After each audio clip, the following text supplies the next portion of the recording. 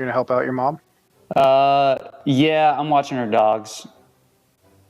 So, Good. 2v2. Did the game start? Oh, yep, there it is. Sunbros final. Observe. Okay, here we go. Let's hope this works. I don't know if they fixed any of the spectator bugs or not. But Oh shit, I need to pull up the game. Congo Basin, here we go. Let's see here. Are you guys in spectator mode or? I was going to do like the stream, but it's like delayed by like 45 seconds. So Yeah, I'm gonna go in spectator. Yeah. Same. I'll be up in a minute. Yep. Okay, so here we go. Okay, Japan, Mexico, Vindian doing Japan versus Lakota and Britain. Very interesting combination here. Brit, that's What's the game called? So I can find it. 2v2 Sunbro final is what it's called. Got it. What's your current timestamp? Current timestamp 40 seconds. Oh, wow. Okay. So I need to accelerate. Let's see here. Who am I? I'm spectating Vindian right now. So let's see what he is doing. Vindian is yellow, sending his explorers out. Building a forward shrine, which is normal. Let's see, is that his scouting out? Yep, his cherry orchard scouting out the back of his base. 2 shrines. I tried spectating and it started from the 0-second mark, and I can't fast forward, I don't think. Yeah, you can just click. Can you pull up a Discord stream? I can stream if you want to. Yeah, that would work. You can fast forward in spectator mode. Yeah. 2 shrines, I think, is the more preferred opening for Japan these days instead of going consulate. We'll see what he ages up with. A huge treasure right there for Japan. This Unfortunately, one? he doesn't have the 340 coin. Wow. That is a pretty good treasure. What's your guys' timestamp? I'm at 152. 253. Okay. And let's see here. What is it? F2? Yes, it is. Is that big in trouble? Baja Sling, this is called. I think there's a rule about slinging, so we'll have to keep an eye on resources sent. For both teams in this tournament. Gideon's deck. So this is going to be a Baja California Revolt. First card is, yeah. Damn it, somebody saw the fire alarm in my building. I'll be back in like 10 minutes. Okay. So this is a Baja Sling, so he'll get to age 4 pretty quickly, I think is the goal. The Orchard Rickshaw coming in. Let's go take a look at McCleaves and his teammate now. What do we have going on here? Late game. So this is going to be expected to be a long and drawn out game, I think, for both teams. Lots of age 2 and age 3 cards in the deck. Lots of age 1 cards too. Lots of eco for McCleaves' Lakota. Is that, let's see here. Doing Brit things, aging up. The deck is literally just called Brit. Timestamp. Virginia Company 315 right now. Yes. Right. I'm caught up. What do you think about Lakota pick on this map? Lakota has had a lot of success on this map, actually, from what I've seen. The map is absolutely enormous, so it allows for Lakota to go raiding very easily. Granted, with the trees everywhere, it makes it so that they have to run around quite a bit if they don't go right up the middle. But I think it's generally a good pick for this style of map. Yeah, and makes the top of the map much better to maneuver around. Yeah, this is a very map control oriented map because of all the coin lines in the middle. All the natural resources are in this little middle fighting area. So whoever controls the middle is going to basically win the game. Speaking of map control, Gideon revolting, hoping to secure some, I guess. Yeah, I mean, Yeah. I don't know. It's an interesting choice for sure, because we pretty much know that Gideon's going to go for a revolt as Mexico. And he's kind of not his going to have a signature whole bunch thing of in the Baja. units. And there's the revolt to Baja California. Let's hop on board with Gideon and see what he's going to do. They're going to take the trading line, would be my guess. That has been their MO all tournament, as my video quality just went to garbage, but that's fine. Let's see. Corral going down for Lakota. Two coin mines. Let's So go ahead and turn this all on. There's the factory coming in immediately. Of course, something to note too, Britain only has one rack. This is suggesting, I would say, longbows and axe riders are probably coming. Let's see here. Filibusters. How many filibusters does he have here? 14 filibusters coming in to apply some early pressure to allow Lakota, or to allow Japan to probably take the middle of the map, would be my guess. Still only the 2 shrines that I can see so far. Yep, here we go.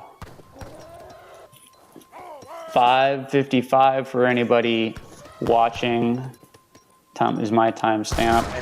The first villager just went down for Brits. So you can fast forward. Okay, we will fast forward just a little bit. Also, there's kind of a fight between Britain and Baja California. They are going full in. That Rax will stay up. Axe Riders here to defend.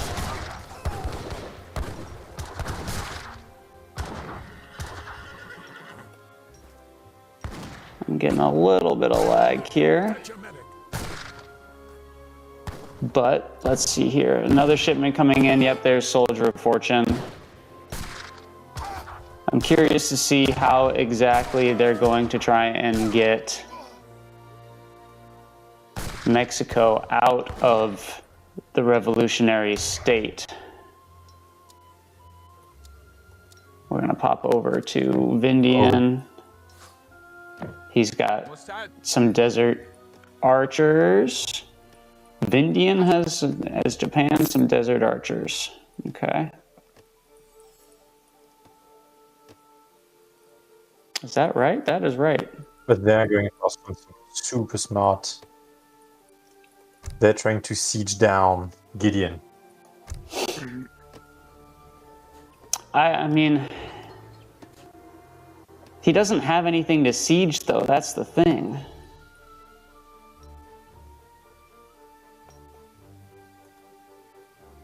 Lots of longbows. You were right there, Platt. Longbows. So, I mean, it messes up the filibusters, but this is going to be an interesting play because now it's like a base trade kind of thing. If they can't take out Gideon's base, they're going to be in deep trouble. And the town center is basically useless for Gideon other than making filibusters, so here comes a big fight. I am behind you guys, and it's not letting me fast forward for some reason. Okay, what's your timestamp? 7:12. Oh, here we go. All We're right. fast forwarding. Oh, here we go. Yep, the fight is beginning. Yep, I'm at 8:30. Okay, I'm about a minute behind you. We are getting there, though. 9:25. Here, I'm going to pause. Let me know when you hit 8:30. Chase. And I'm getting a lot of, yeah, since I'm streaming from my home PC, I'm getting a little bit of input lag, and now everything has gone to crap. Oh man. Oh no, I'm Speaking missing of crap, everything. It looks like this. Okay, I'm at 823 right now. Oh goodness. All right, we're playing. Yeah, they're cleaning up versus is that the Quateros dealt with Lakota, the Desert Archers doing their thing, and then the massive filibusters are in the north. Not sure what they're scouting around for, but for now they've rebuffed that push and they've taken control of the trade line. Yeah, yep, there's all 3 trade posts going up right now. Man, this is crazy. Yeah, I would have pushed Japan. I think. I mean, they're in Japan's base right now because literally Gideon has nothing here in his base. He's entirely relocated. I don't know how big his army is. Can't really check Yeah, that it's right 20 now. Quateros, 2 gunslingers, and 11 filibusters. Yep. And he's nowhere. Let's see here. We're gonna Mainly hop over anti-tank. to Gideon, who still doesn't really have any resources. So I don't know how they're. It seems like their strat was to make this to get him out of the revolt stage, but I don't see that happening anytime soon. I'll tell you what often they do is they find ways to extend the coin income, which allows him to continue to build filibusters, Quateros, and then the Desert Archers from Japan, and you've got your standard kind of 3-unit comp. With Siege from the filibusters. It's pretty clever, actually, like all things that Gideon does. Oh, this stream is just not. I thought this would work, but streaming from my home PC is just not really working properly. That's really unfortunate. Okay, there's the push. I'm going with the Spanish consulates. Yep. Something we don't see that often. Yeah. Well, normally Japan players are spoiled by Yumi, so Yeah, all of that, and it's I'm actually still a pretty only clever at. move. I'm not even at 9 minutes And, yet. This is bad. Maybe Yes, I can. enough. You want me to stream it to Yeah, Discord? I have it open yeah, on Discord sure. if you Why want not? to. I'm Yeah, at that's probably 12 better. minute 30. Yeah. Jump in Buffalo Ami. He said he already has it up. So Okay, so we're gonna hop into that real quick then. ooh, those axe riders are getting chewed up.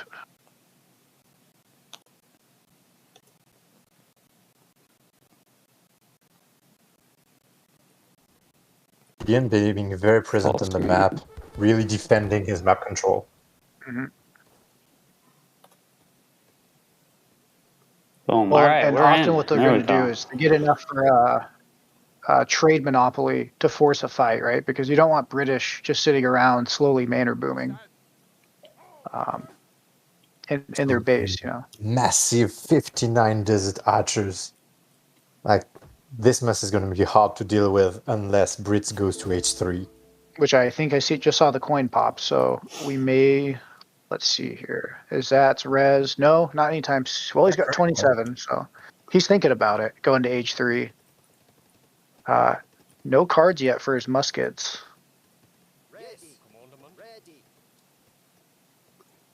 Wow, it's weird. The color switch is kind and of a throwing me massive off. cowboys to the north. Sorry, the allied colors? Yeah, I don't know. I can.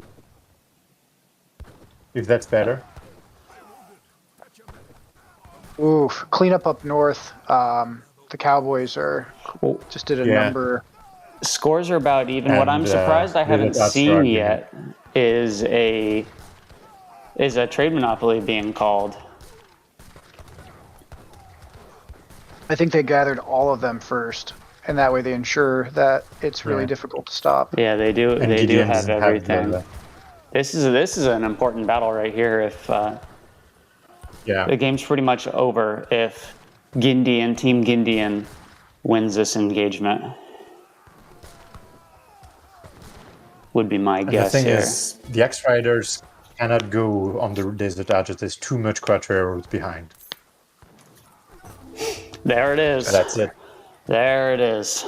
Yeah. So they have what, 6? Hold on 1 second.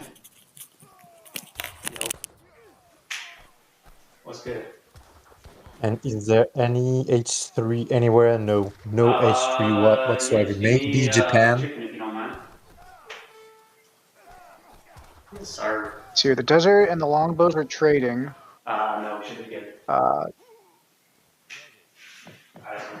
That's okay. Oh, look. So after Lakota lost most of their mass, they're going to try to siege that down. That's not enough. You have to siege down half of them, of which they have 6. So you're going to need at least 2 more trade posts after this. And the Carteros are trying to come to stop that. So you have to get at least, you have to hold a majority, so 3 won't work, right? For the trade for the trade monopoly. Mm-hmm. What I would do is I would send a force to the south and get that one down. It looks like the Explorer is down there. The Orange Explorer is down there. Yeah. Well, the Cowboys and Quanteros. Yeah, he did. He was at 59. He's now at 42. So they're slowly being pushed back, but now you need something to siege behind those longbowmen. Yeah, the Skirm War is being won by Brit for sure. Oh no. Yeah. Oh no. Oh. And that's 20 coin every time he shoots. Yeah. Oh, that's so what I meant earlier bad. about like the eco stream. You know, older Age of Empires 3 logic is that a revolt is an all-in push, but the devs have really tried to, especially with Mexico, make revolts sustainable. They're still kind of all in, but they are not the kind of one push power spike that they used to be. Well, that is interesting because normally the filibuster, the Baja California, is the all-in because it's the option that converts all your settlers into filibusters, which can only gather coin. Yeah, right there. Oh, and that is not going to end well. That's a surround on those longbows. 2 minutes and a half. We're halfway done with the trade monopoly. This game is not looking fantastic for Team McZat. Yeah. That's not going to be enough units to siege that down at all. No, and once the longbows are down, then well, there's a huge mass going to the south. But is that villagers of blue? No, those are pikes. No, that's pikes. It's pikes. So he can siege that down. Villagers. He can siege that down, but that's gonna push them back. He's sieging that down. So they may. The pikes will get this one down. The one at the top may go down. Do you push as Vindian and Gideon? Do you push into their base right now to try and distract, or do you just accept that you're and maybe accept that the trade monopoly is going to go down? Yeah, because what it's doing, it's forcing them to fight out of their base. It's forcing them to fight not all at once, and it allows them to trade cost effectively while keeping the boom going.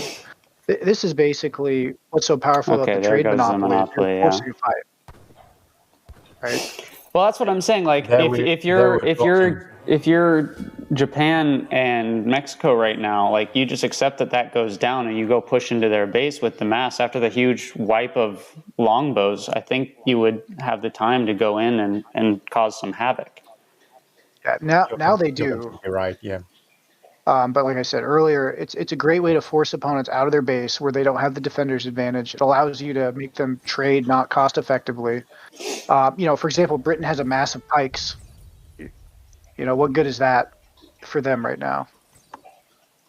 I never saw that you could actually distinguish those. Kelvins have 280 and Quakers at 200. Yep. Oh wow. That's the little trick. Mm-hmm. That is good to know. I actually didn't know that. Learn something new about this game every day. Also important to note, I think, is that McCleaves and Azad are both still in Age 2, and they are falling behind in score. They're down 6K at this point. It's the common pattern of everyone's scared of Indians, of Gideon, but everyone lets Vindian boom. Yes, that's exactly. I mean, that's how this whole tournament. That's how they got to the finals in the first place. Is running this same strat. Is they let Vindian boom, and I mean, to be fair, that massive Quattreros is very devastating, as we saw earlier. He's going for natives. I don't know if you see my stream, but he's going for natives. Yeah. Wow. Does this have the can? Just good. And I think Or Yorubas? Ooh. Yoruba and Jesuits. So he can go for... Oh, wait, no. He just has the Yoruba. He's about to, at least. This the might legionaries be... are intense. This might be the end of the game. They're massing their troops right now. This push will probably end it, would be my guess. So Indian will be industrial. Every one of these guys just shadow-teched. Yeah. Yep. And I think this was part of the strat that I think this is why they suggested this map in the first place, to do this native rush. Because there are some strong natives on this map. Yeah, they can't call Monopoly again. That's in the new rules. So. Correct. Well, they can now because they can Vindian is age 4. So now that Vindian is age 4, the Monopoly is back on the table, but Vindian does have to call it. Which... I think, too, something that the one of the games that we won against this strategy, it was Gran Chaco, so, different map, different thing. Less trade routes. Is to punch, like I said, Vindian kind of quicker. A lot of the civs, like you said, he tends to play more defensively, and has civs that kind of boom slower. The downside is, when Gideon revolts, he's really limited to unit comps. So you kind of know it's either cowboys or filibusters. And it's not like traditional Age of Empires. And I think that's kind of what's so confusing when you fight this thing, because normally you think of revolt, I just have to live.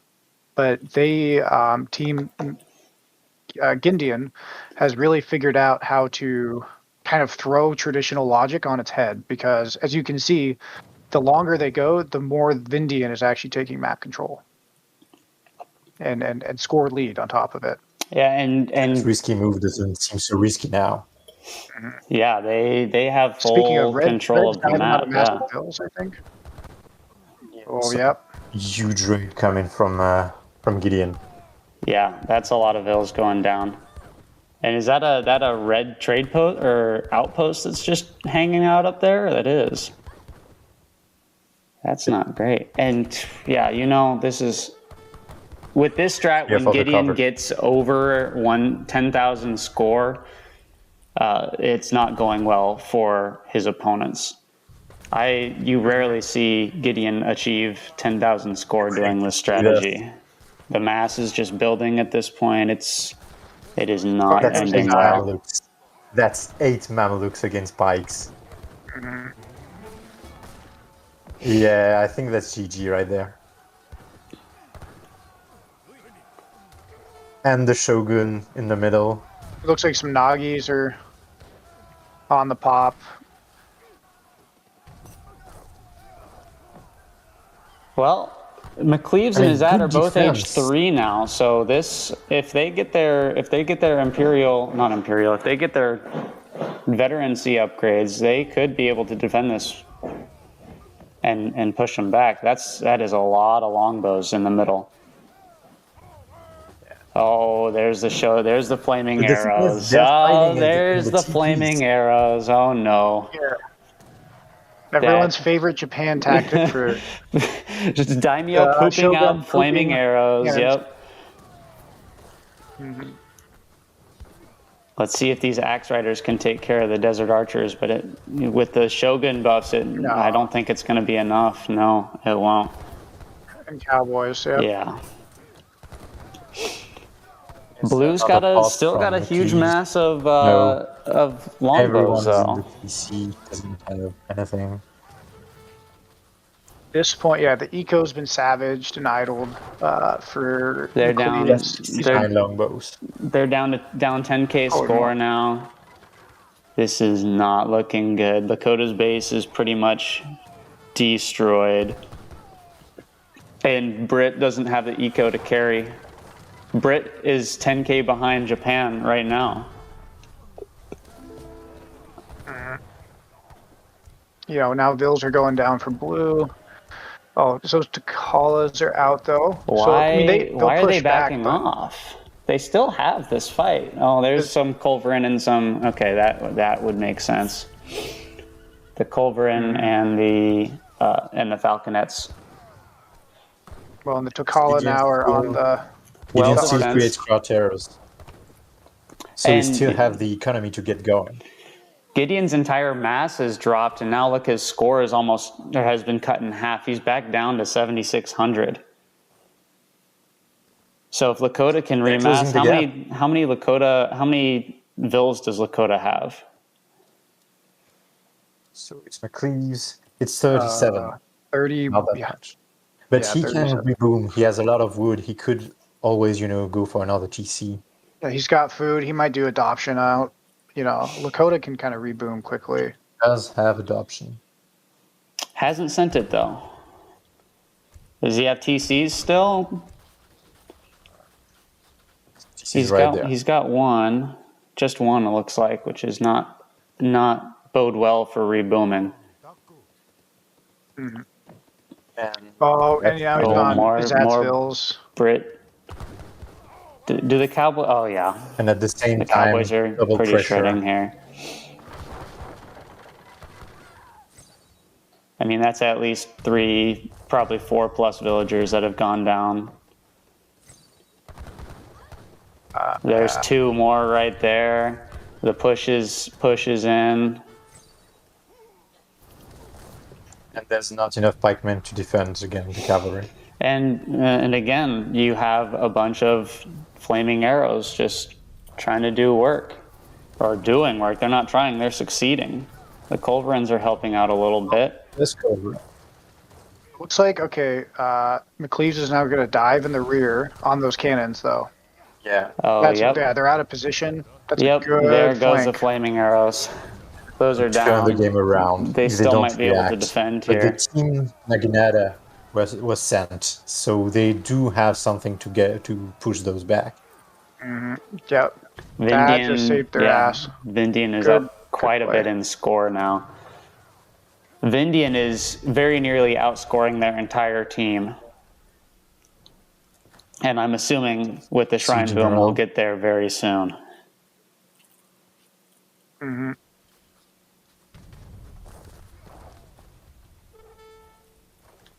Well defended again. And where's Vindian? Vindian is fully boomed. Like, the only thing left for him is Imperial Edge. Now it would be interesting to see if he's going to help Baja get back, because Baja is going to start wearing down because they're age 2.5. You know, they're not truly going to be able to keep up with industrial And civs. there's the Shrine swap over to coin, which I was expecting after seeing how much resources or wood he had stacked up, and he's still gathering wood through the roof. Yeah. The Naginata is huge for Gideon because he can siege and get coin.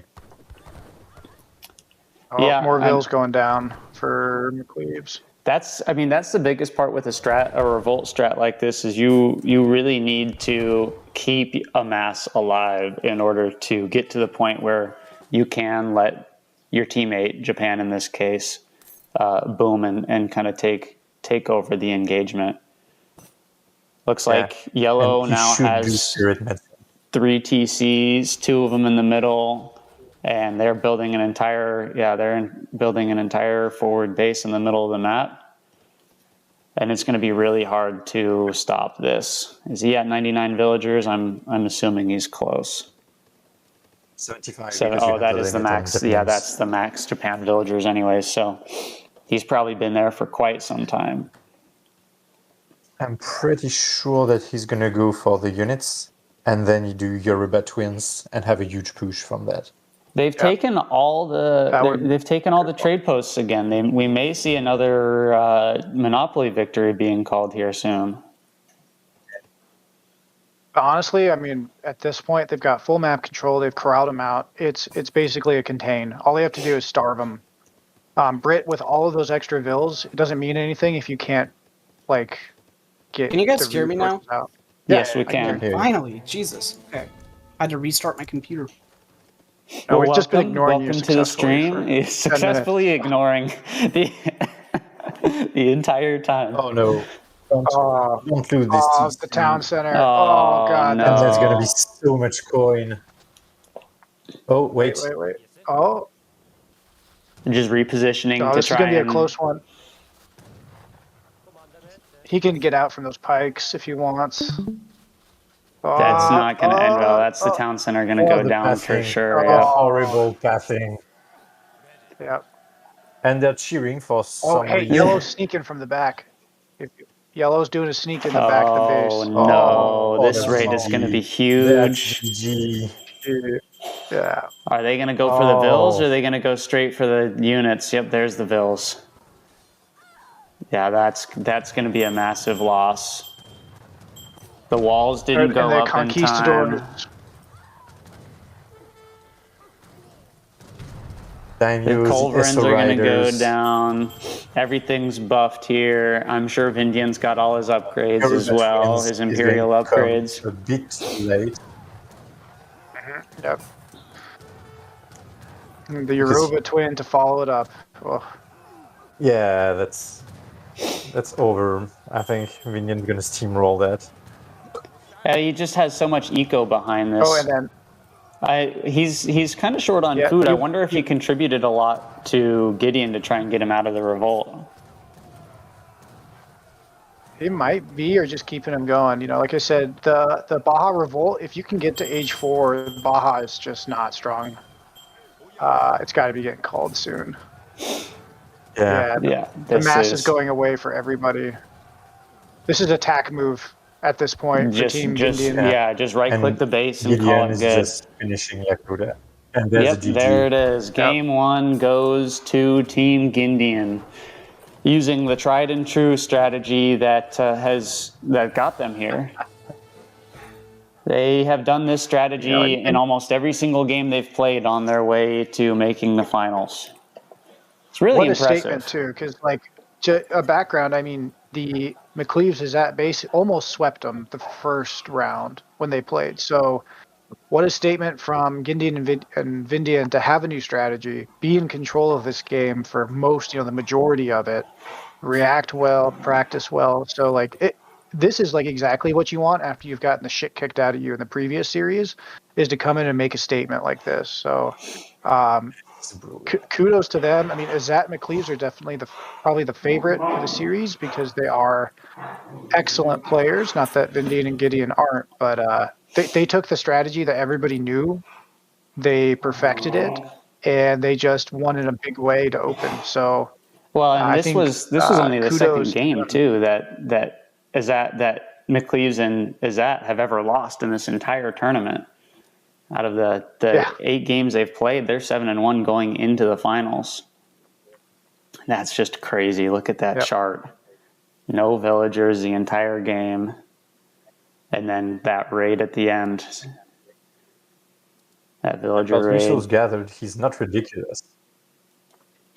Mm-hmm. Like, he's still gathering a decent amount of resources. I think a lot of that coin. is just That's- Soldier of Fortune in the factory, is it not? Yep. I would guess, but does it count as free resources? I don't know. I don't think so. Nope. But if we look at I don't remember Economy. his experience, like he had 2k6 experience from combat, and most of it has been converted to coin. Yeah. Well, Yeah. in additional, because that's in addition to the experience that you get. Because Soldier of Fortune gets you both experience and coin gather on top of it. Well, And, as for tribute, there was impressive, yeah. a lot of tribute being sent from Azat, but I think it was in the late game. to help McLeave stay afloat. Unfortunately, it just didn't. Having the second town center go down, it just wasn't enough. The pressure from that Vindium mobility was. that the Cowboys kept the mobility of Lakota down. So Lakota wasn't able to do what it typically does in a team game, which is be absolutely terror, running around and causing havoc, while the other person tends to be the hammer, right? That kind of closes stuff out. And they never got a chance because the Cowboys kept the mass of axe riders down. So McLeaves was never able to do what he's really good at, which is send some axe riders out, take map control, and then boom, like there's no tomorrow. It's very well played by, again, Gindian and Vindian. I think they really showed why they deserve to be in the finals. I don't know if we're going to Alright. get a second game up or not. I don't know if Azat has time. We can let's hop over That would into make for a short one. the other chat and see if they're going to get a second game in.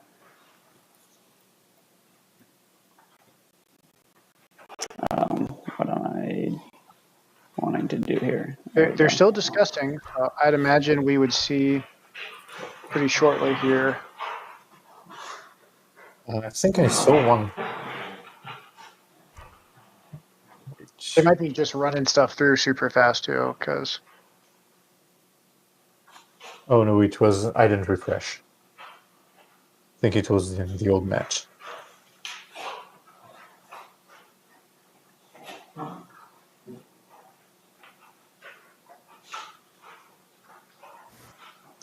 We cannot hear Cole. I don't know if you are here or not. We can't hear you again. Hey, puppies. Thank you. Yes, relax. and, I've got about 1 hour left, and then I have to go walk the dog and then go do yard stuff. So I'll only be able to listen. Jojo, come on.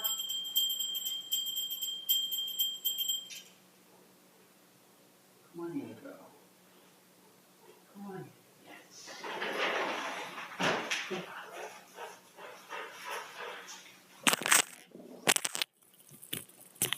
So I've found that the spectator mode doesn't show up until the game is actually started. So if we see the lobby out of spectator mode, then we should be able to see if they're getting a game up.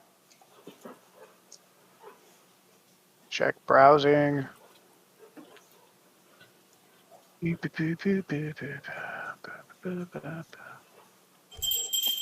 So now that it's we have a winner, and now that game one is done, we're gonna have, let's see, the losers will pick the map. So McZat will pick the map, and Team Gindian will pick their civs, and then we will get a counter pick from McZat's. So this next match should favor the losers of the first game. So we'll see what their map selection will be and how everything goes. It should be an exciting time. You know, I'm curious too, because we know that Zat plays the United States like very, very well. McLeaves tends to be a bit more flexible, but I think he favors Haudenosaunee and Hausa. So there's a good chance we see that USA and Hausa combo that in the last series we watched several times, Hausa take off, kind of like how we saw this game with Japan. I mean, House is definitely an S tier civ currently, especially if you let them boom, just because their units are so good and they can get so much resource behind it. Well, and something like, you know, it always cracks me up. It's like, oh, you let me boom. In a team game, it's like, in 1v1, you can blame the player, but in a team game, typically, it's, you know, there's other factors to consider. That's what makes Hausa in particular a very strong, not just in 1v1, but teams, is because you can have an ally cover those gaps of weakness, right? honestly, the only way against Hausa that I've had success is rushing them hard and fast. Kind of like versus Japan, because if you can catch their wagons and stuff, you can really slow them down. But it does pose a challenge because there's, another person on the map, another challenge, another play style that you also have to keep in mind. Well, and Yeah, but I like USA with it because if you want to counter, Baja California strategy, you can always go for Chinese immigrants and just take the TP before, they can't even get a chance to build them. Exactly. That's a good point. Yeah. I fully expect at this point Azat to go for USA for at least the next probably 2 games to try and get a win and get a series lead here. Because that is what we've seen kind of throughout the tournament, him play, and that he's shown that he's very good with that. Exactly. And, when you get spanked, you want to come back and make a statement, basically saying, hey, I'm back in this game and you can't sleep on me.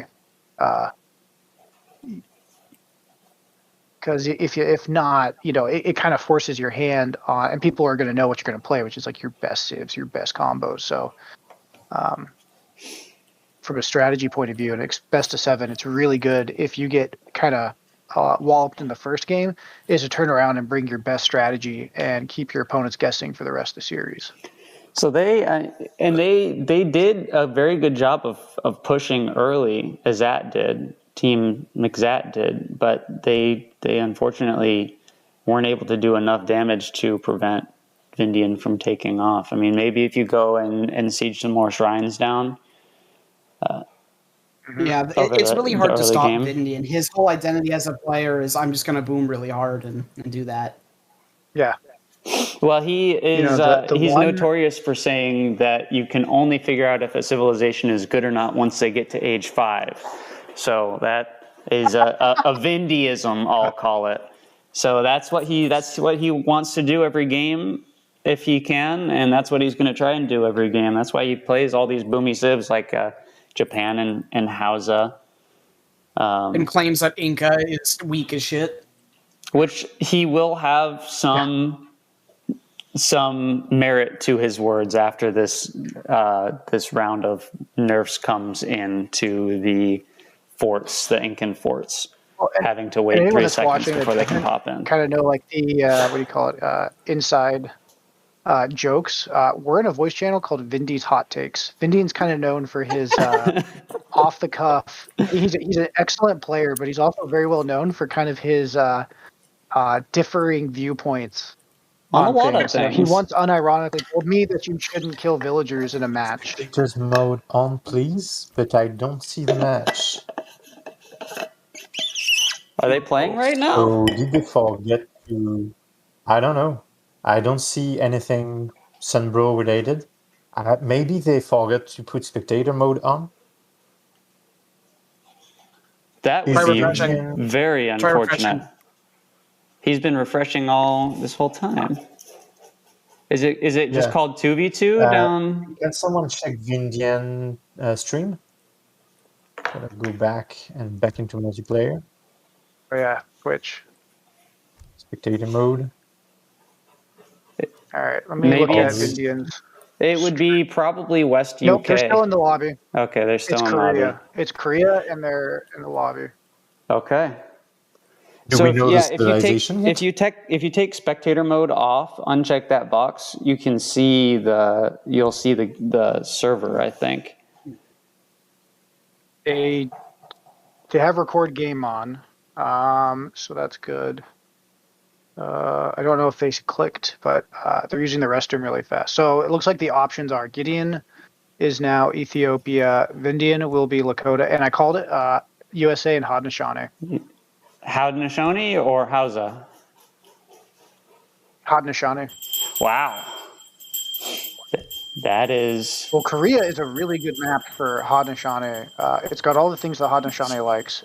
Open maps, forward aggression, and kind of like a back pocket ocean. And it is kind of small, too. Correct. It's crowded. This was the game that versus the Swedish brews that my team threw, but I think I had like 500 kills to like 300 deaths on this game and just murdered with Enna and Tomahawk push. This is one of my favorite maps. Because there's so much food. Korea. Yeah, and the thing is, if they use the hard rush, they might get, Vindian off his marks and force him to react rather than to boom. Right. Not to mention, the USA regular is almost a hard counter to Age 2 Lakota because they do such good damage. As long as they don't send at the range Rifle and Rider melee. conversion card. If you send the Rifle Rider conversion card, that'll mop up pretty much everything. Yeah, no, only H2 unit that can do good damage without dying immediately for USA to Rifle Riders is State Militia, and they're not exactly ideal units. They also are wood costing, so he would have to switch from a gold costing army to a wood costing on the fly. The only other option would be to ship long rifles and make H2 sharpshooters. But they cost 75 coin apiece. Or you can send Pennsylvania rifles, to get a small batch. You can do that as well. I don't see the game, so I don't know if they started it. Looks like they're starting now. Okay. Let me send a message. What's the game called? It looks like they're about to start. Spectator. Hold on. Oh, I'm not logged into Twitch. Damn it.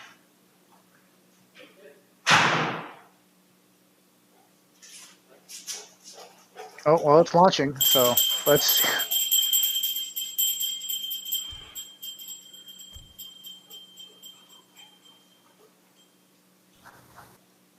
Sunbro Finals. Cool. So it's up? It's up. We're on Korea. All right. All right, let's get into it. I don't see it. Oh, there it is.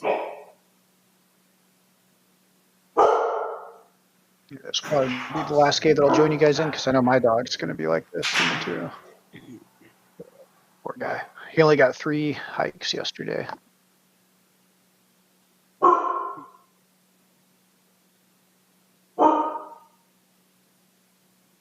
All right.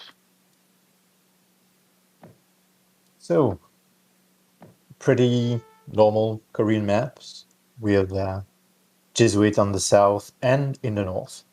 Vindian playing Lakota? That's not a boom civ. What is he doing? Oh, it's a boom civ. If you Adoption. let it. Yeah, adoption, fertility dance. Fair enough.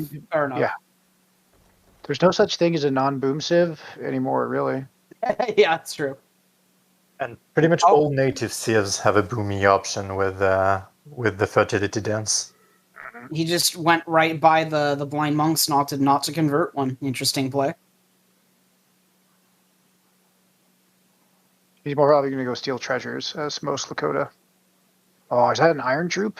Ooh, he's missing out.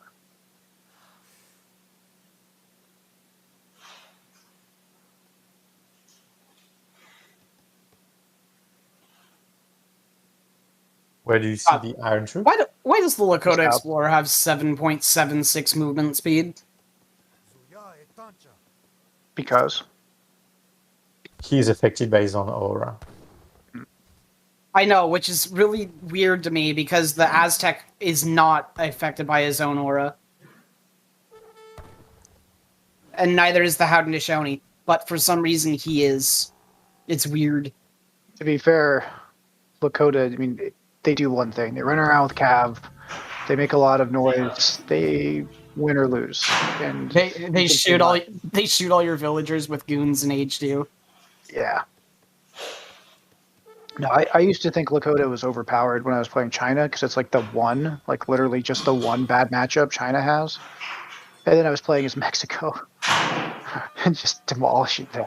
It's like, oh. Oh, shit. USA, ESAT sent Team Lewis and Clark Expeditions. Already? Okay, so now they know where all the res are, right? Yeah, they know where all the resources and treasures are on the map.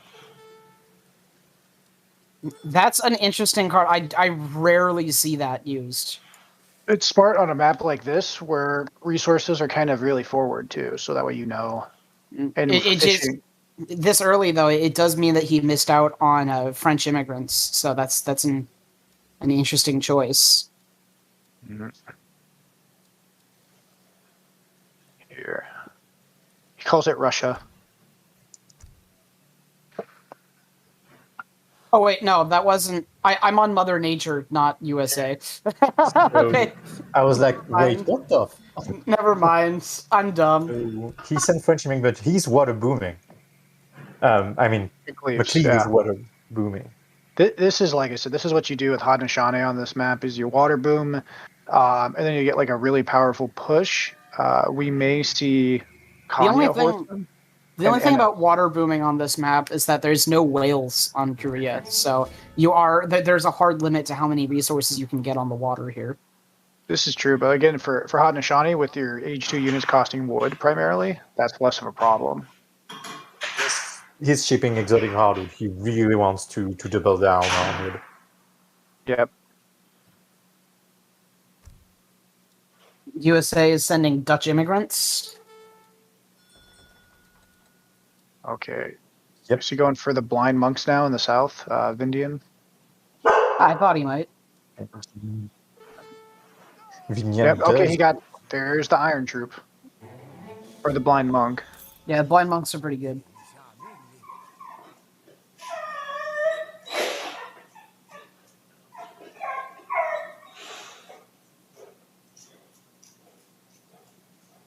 That's a dog excited to go for a walk.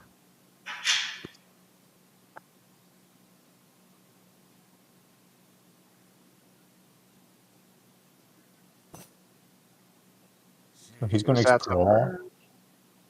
And pretty standard Egypt time, nothing too fancy. Yeah. Looks like is that a Brax coming up first for United States? Yep. The With dreaded the H2 regulars. convention. And for your information, the Cannoneer is available. So maybe we could see also a bit of mercenary play going on.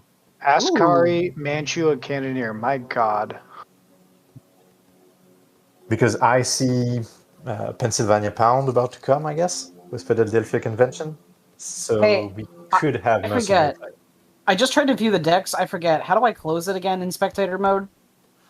You can click on it, or you have a special key. I changed mine, so I can tell you. All right, so regulars are coming out. Right. Yeah. Okay, found it. Let's see McCleave's if we could really fast. I'm curious if he put down a corral first or if he's sticking with the war hut.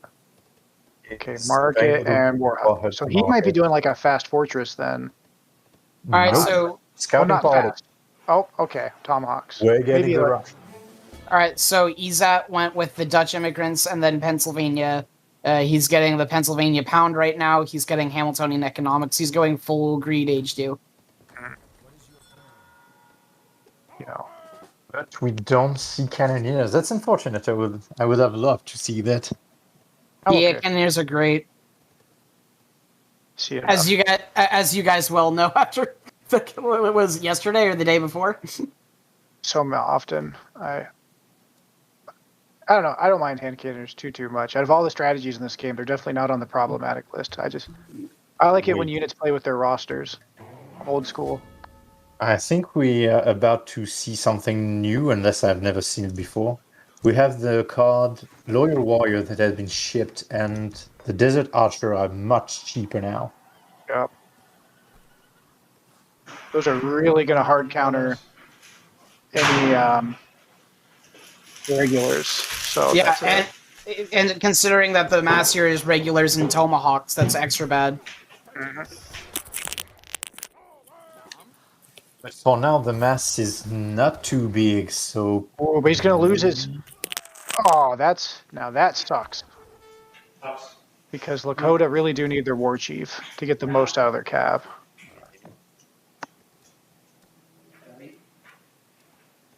Indiana has 5 bow riders, 7 axe riders, and pretty much a good hunt going on. So I don't think he's in a rush. And I guess Gideon was going to carry the early game with the light infantry. Something like I said, I think we might see a semi-FF with the Haudenosaunee, because if they can get forest prowlers out, that would be huge. And they're kind of defensively placed. You've got your water boom, you've got everything else. If you're Haudenosaunee, this, in my opinion, this is a good time just to kind of sit back, relax a bit, and then start getting up to age 3 where the forest prowler can basically tackle anything that walks. And That's also pretty note accurate. that Minutemen are not heavy infantry, so they are not countered by desert archers. That could be something to take into consideration. That's true. Izzet's not doing Marines. He's a shitty USA player. I somehow feel like that statement was facetious. Oh, here we go. Here's the fight. So now the Raj is down. Pre-nerf, one more week, and we will no longer have the terror of the Dervish. Or we Dervish, still will. Desert Archers. Could there be a more OP H2 combo? Oh, we got a yellow raid in the back. Looks like Indians raiding. This is the Lakota we all know and love to play as and hate to fight. Yeah. Love, quote unquote. Yeah. Yeah, love, quote unquote. Every single person has that relationship with Lakota, I feel like, where like you look at them and you say, oh, I love to play Lakota, but then as soon as you see them on the ladder, it's just Well, might as well resign. Potentially a good corner. Don't know if he's going to get there in time. A good catch. Yeah, he's Ooh, that catch though. That's nice. Lakota axe riders are not cheap, so every little snipe is important. They are food Especially leaders, with though, so that's really economy early good. game. Yeah, and I think McLeaves is getting ready to go to age 3. Yep, he's macroing for it. So McLeave is Actually, really... what are you talking about, dude? Axe riders are very cheap. Now Bull with riders aren't. 160 food, 40 coin. That's still 200 resources, but weighted to a resource that gathers faster. Well, for Lakota too. I mean, the food part's not so bad, but the coin can be a bit tricky. I mean, 40 Remember- coin, that's less than a regular. Yeah, but when you're playing as Lakota, you want to get to age 3 typically sooner than later. Oh, we've got it out of place. That's out of place. McLeaves. Yeah. Back move. That's bad. That's rough. That might have just decided the game. That might have, because now they can push. McLeaves doesn't have much defense because he's going up to Fortress. So let's see the Superman that is Azat. Let's see what he does. Well, there's a counter catch right there. Yeah. Nowhere near as bad, though. Yeah. He's sitting on one shipment. Maybe he will decide to send it early, but I don't think so.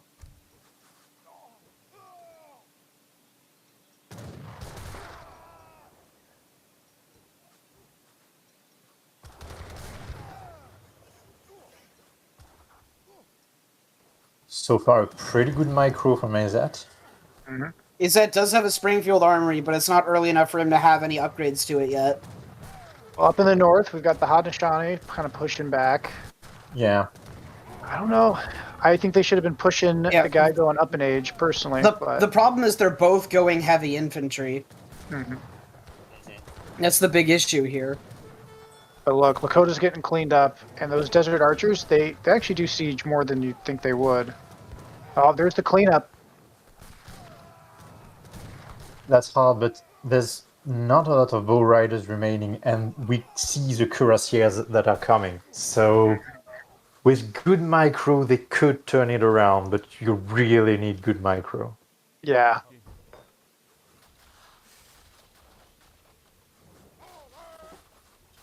That siege is actually disgusting. Holy shit. Yes. Welcome to DLC, Civ Privilege. It is only 12, but they have a lot of range for it. Yeah, they're basically longbows with the upgrades. Okay, Seminoles are coming out, so those guys will...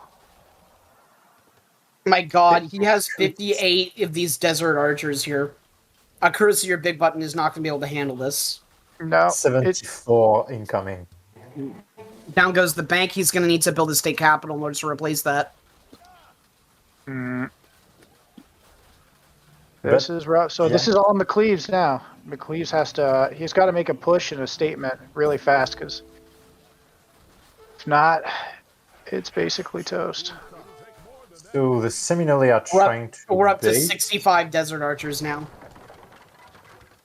Oh, kind of out of place. There's a yellow raid up north. Looks like he's getting McClat's Vills. Yep. And this is where you want to be at if you're Lakota. You've got free reign of map control. You're dictating the battles. Yeah. This, And steel attack move not working properly. And I guess it's kind of GG again. Yeah. I don't think what they can do against that. I mean, they're trying, but I don't He has see. 5 Cuirassiers, but yeah, no, that 5 Cuirassiers cannot kill. How many Desert Archers is that now? Gideon 84. 84.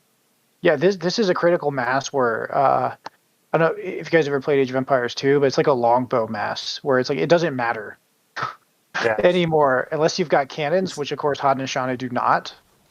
There is no coming back from this. You can't approach it. You can't do anything with it. All you can kind of do is try to buy time and hope that somehow Azat's able to get back in this game.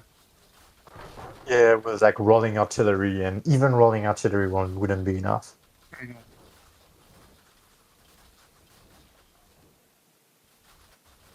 You know? And that cost reduction card seems really good now. Oh yeah. And I think I am at selection capacity because I see 90 Desert Archer. So There go the Seminole Archers. It looks like they tried to get a counter raid in. And last time it was Vindian going with the Desert Archers, and this time it's Gideon.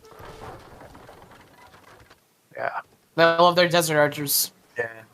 Wouldn't it be funny if we saw these all 9 games? Yeah, funny is a word. But you know, this is the Desert Archer, man. It's a really solid unit. Its only weakness is its low HP. If you can get to them, you can clean them up. But God, at a certain point, that's a big if. Yeah. Crossbow Yeah, have the it same really HP. I mean, these guys are age 2 and they got 20 attack. Well, the disgusting thing about the Desert Archer is it's one pop. Mm-hmm. I don't think they're actually H2. I think he sent, the one giving. Chip does it. Oh, but it's only a hit point. No, it's pop too, I believe. Oh, cost 2. Okay. Oh, for outlaws, yeah, but those are mercs, if I remember correctly. Desert Archers are outlaws. And it's 1 pop, and it's 26 food and 64 coin, which is kind of disgusting. Yep. But, you know, it's I mean, the in terms nature of villager seconds, I think it's less than a regular. Yes. But the Desert Archer is definitely one of those units that they just snowball out of control pretty easily. I would say, again, at this point, you need Lancers or Cav, or Cannons, which until Azat gets to age 2, if they do not have. Oh, we got Shuttle Warriors now. Oh boy.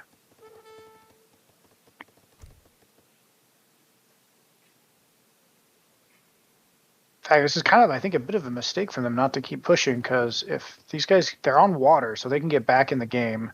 You don't want to let your opponent just sit on water. Yeah, they do need to push. And they can push. There's nothing stopping them from pushing. Mhm. Dude's got 75 Desert Archers just chilling. 83, my bad. 95. No, 85. 90. 90. 95, but I think I'm at the selection limit. I think it's 95. And it looks like they're both going up to age 3. Yeah, this is... Disgusting. Yeah. And the long range poke. It's not every day that you see Forest Prowler being outraged by something. By a cheaper unit.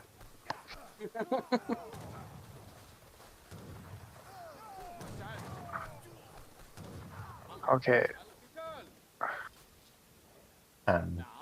Vindian. They could literally behind just it. right-click the base right now. There's nothing Yeah. stopping them. I think they realize, oh, he's going to jump the Cuirassiers. Yeah. Like I said, he's going up to age 3. So, like I said, it's buying him time. Oh, there goes the Vills, though. The And gold he's out mines. posting his What? heart out for The some reason. God, what? I love his at, but this is some age 1 mil noob stuff right here. All those things. Only USA could get away with this, huh? Pretty much. Maybe Turks. I've seen Turks do some stuff like that. Ottoman. Oh no. He's at hit fortress. I'm willing to bet he's got a state capital up somewhere. Rolling artillery. No, he doesn't. He doesn't have any. He doesn't Oh, the have Cuirassiers. Oop, they got a good. Okay, they got some good value, but those are Giskenyia too, which, for those of you that don't know, are musketeers that do more damage at range. For the closer you are.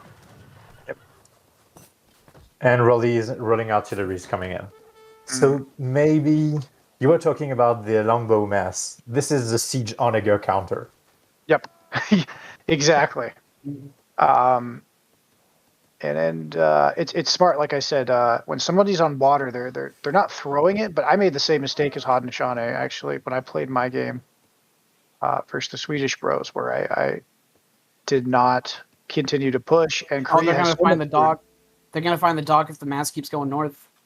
The thing is, for now, they have no idea they're water booming. Really, they can't see anything. Right, they should just figure, but They do know if they check Gideon's deck or McLeav's deck. Now they know for sure, though. Yep. good pull from his at. Man, that guy's got killer game sense.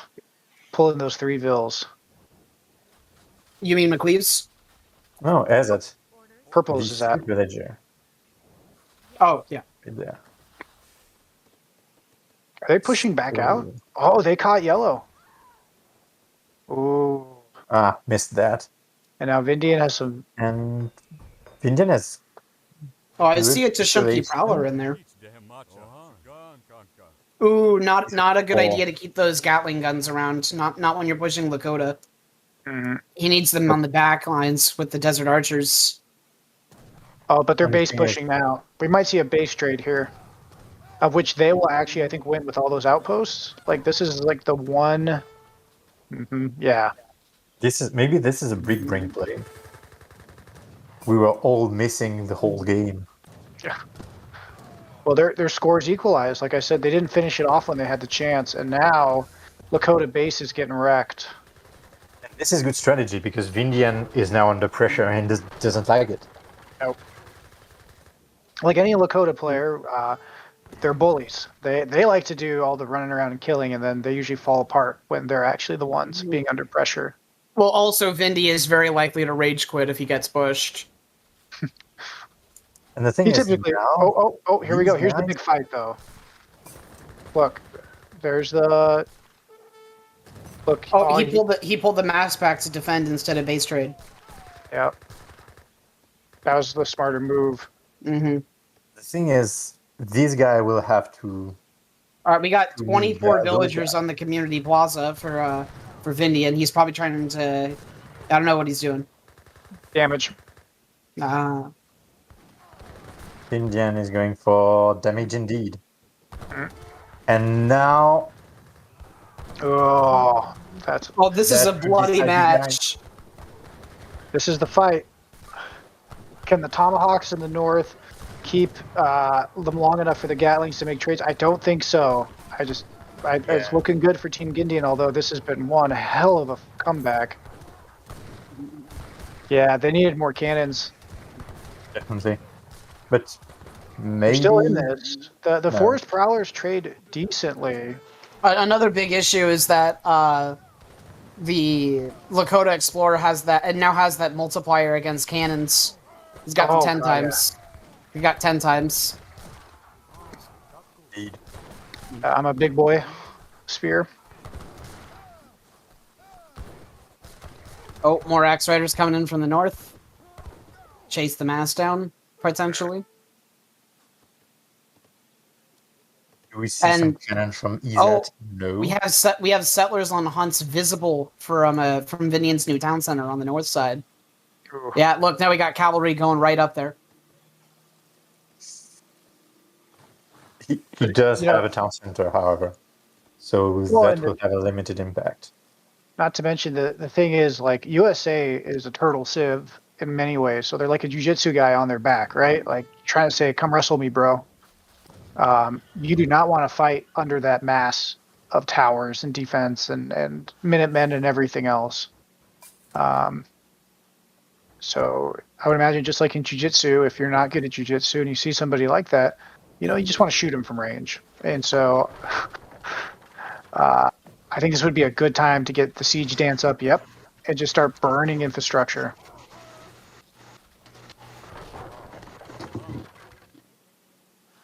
Like any RTS, if asymmetrical RTS, don't play their game, play your game.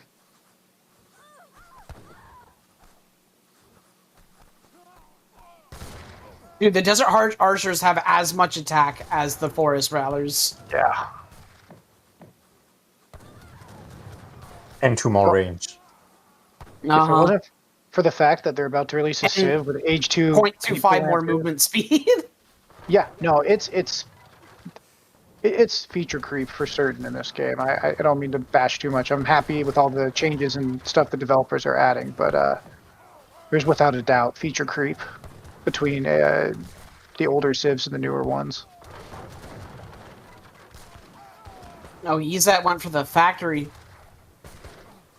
Well, I he's really turtle. find that worth the 1,000 resources. What other resources can they even go for? They're stuck in their base. She has an artillery foundry. I would really like to see some Gatling guns now. Yeah, Like, Be a great these time regular for 'em, that's engine for damn squad sure. Against that. yeah. Again, you want to talk about like difference between old and new Civs. Look at the Gatling gun and then look at Portugal and cry, or the organ gun. The organ gun actually has higher stats than the Gatling gun. It's just the Gatling gun's a little cheaper. It's 150 coin cheaper. No, it's 50 coin cheaper. 50 coin. Yeah, but it It's actually 50. kills It's stuff. 50 coin cheaper, and it has 3 less attack. And it has And that's target that's lock. the only difference. No, it's the target lock. It's the what's what makes the organ gun so crap is it overkills stuff and it can miss. There's a good video once of Isomac kiting organ guns. Oh. And that is why the organ gun is so bad. It's just the animation. And we do see the Gatling guns now. So maybe they can survive it? Question mark, question mark? How many They cats is that? can 5? get Is that a batch bit of 5? more. 4. 4, it looks like. Yeah, 4. They do try to get map control back. Oh, they're trying to shoot. They're using the Somali Darude to take down the fishing boats. Oh my god. Because they have an Great. anti-ship attack, right? Yeah, they do. They have 4 times multiplier against ships. And I swear 25 range. Who makes these units sometimes, I swear. Like, who needed to kill fishing boats?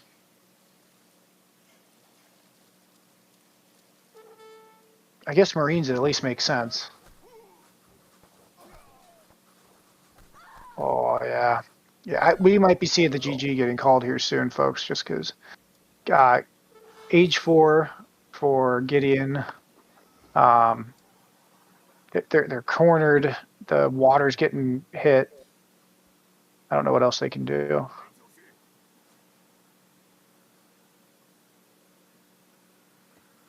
And Vindian's doing a good job of getting map control with his buildings. Hmm. I don't know, Joe. You're the American player. What out of the wall American stuff can they even pull from this point? That. Let me look at USA players' deck. Let me look at Izat's deck. German immigrants. German immigrant. No. Let's see here. He's actually sending German immigrants right now. I mean, I guess you're on what, 4 mils? You might as well. Yeah. So he gets the limit. Yeah, gets it's 10 10. It's villagers 10 worth. villagers. It's really good. Oh. And at the end, the raids. relentless rage. I don't really see too much he could do. They need more artillery just in general, but he doesn't have coffee mill guns, which is a big issue.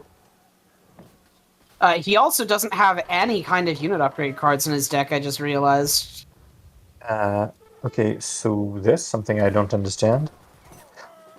Big 2 boy. color greens for that was way too much for a single Sebastopol that's going to be dealt with. Yeah, especially because he's just made Colves. Yeah, but it's a big boy. It's a big statement for a big boy. But yeah, no, Izet literally just needs to focus exclusively on making artillery at this point, and hope that All riders are going to and hope that his ally can help defend his cannons. But they just need a huge mass. It would be, like I said, it would be probably a different game if he had it'd be probably a different game if he had coffee mill guns in his deck, but he doesn't. Yeah. So This has got to be the GG here.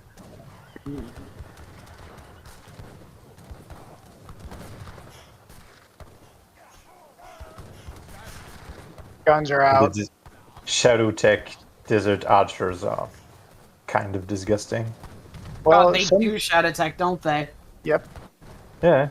That's gross. They shouldn't Shadow Tech. 30. I really think Have it be an upgrade. Have it be an upgrade like USA and Mexico have to do. it's sad when you're comparing shadow teching needs to United States and Mexico. We have like half the roster can shadow tech. Oh. But that being said, I mean it's a solid strat, and like so many things I think in this game. The first few minutes are important because it's so easy to snowball these crazy units. I think in hindsight, Izat and McCleaves, they had an opportunity with that water boom to push and push hard, because the longer the game goes, the weaker Haudenosaunee is going to be. Yeah, and remember, McCleave has this card sitting in his deck for the whole game. Yep. Like 4 Kenyas could really wreck like 10 Desert Archers and stop the mass. Oh, we got more cats. Yeah, but And he needs to stop focusing the cavalry. Okay, right there. No, focus here, yeah, please. there we go. Oh no! Little too late. Now they're in the bay. Oh, he's got more Gatlings. This could be kind Ooh. of a throw from Gideon. Oh god, the Desert Archers have almost 30 attack. Yeah. Yep.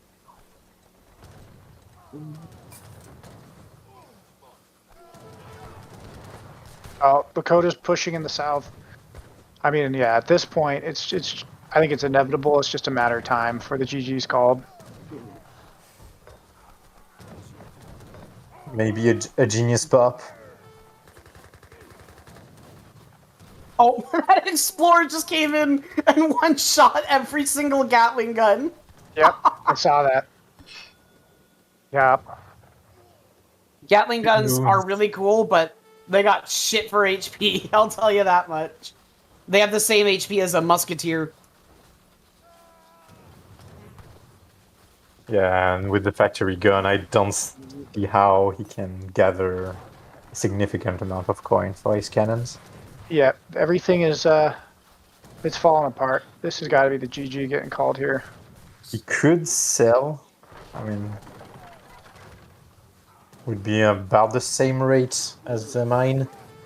82% on 0.8 is 0.64. Yeah, but your eco's being idled. They've taken away the score lead. They have map control. At this point, they're just being stubborn. He must be a few seconds ahead of us. There we go. Yep.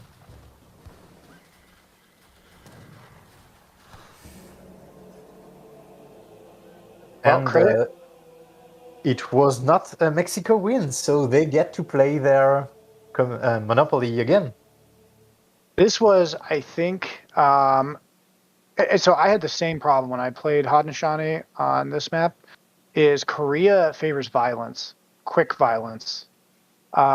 they had the advantage. They saw the Desert Archers. I think you're right. If he would have switched to Kanya a little bit earlier, and just kept that mass from ever getting to like the status that it would have been a much better game, or not better, but better time for McZat, Team McCleaves and Zat.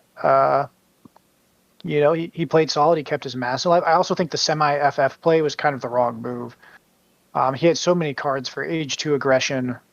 Maybe having a Zat go to age 3 to get the Gatling guns, while Haudenosaunee just keep pumping those age 2 Ennas and Kanya. The thing is, even if you semi-FF, you go 4 Kenyas. And then if you don't get the resource, you go 6 Kenyas. And then you get the resources, you get, 5 Cuirassiers. You get this, constant threat on the Desert Archers to avoid, as you say, the longbow mass we all know and fear. Mm-hmm. I think you're exactly right on that one. And, some of it too, and it's just his exposure. I mean, I think I've played against these damn things like 4 or 5 times now throughout the tournament. And the first few times you're at a loss. One thing that the newer civs tend to do is they don't play by the same rules as older stuff. So like you would think, okay, it's a longbow, right? I should be able to trade cost effectively with skirms, but when you actually look at their stats, you realize really fast that nothing is going to stand up in a gunfight. Bringing a gun to a bow fight is just counterintuitive. Yes, it is. Really, the thing that they could have said is before they picked, seeing Gideon play previous games, they could have picked a Civ with a Lancer unit, and I think that would have been the smarter move. Like Naginata or Chinakos. Correct. Or actual French, like Cuirassiers would have, like more than 5 would have absolutely wrecked. That's true. And the Corps de Bois absolutely help against the raids from Lakota. Mm-hmm. Plus, you can even pull the Vils, the CDB in a fight with the 40% range resist.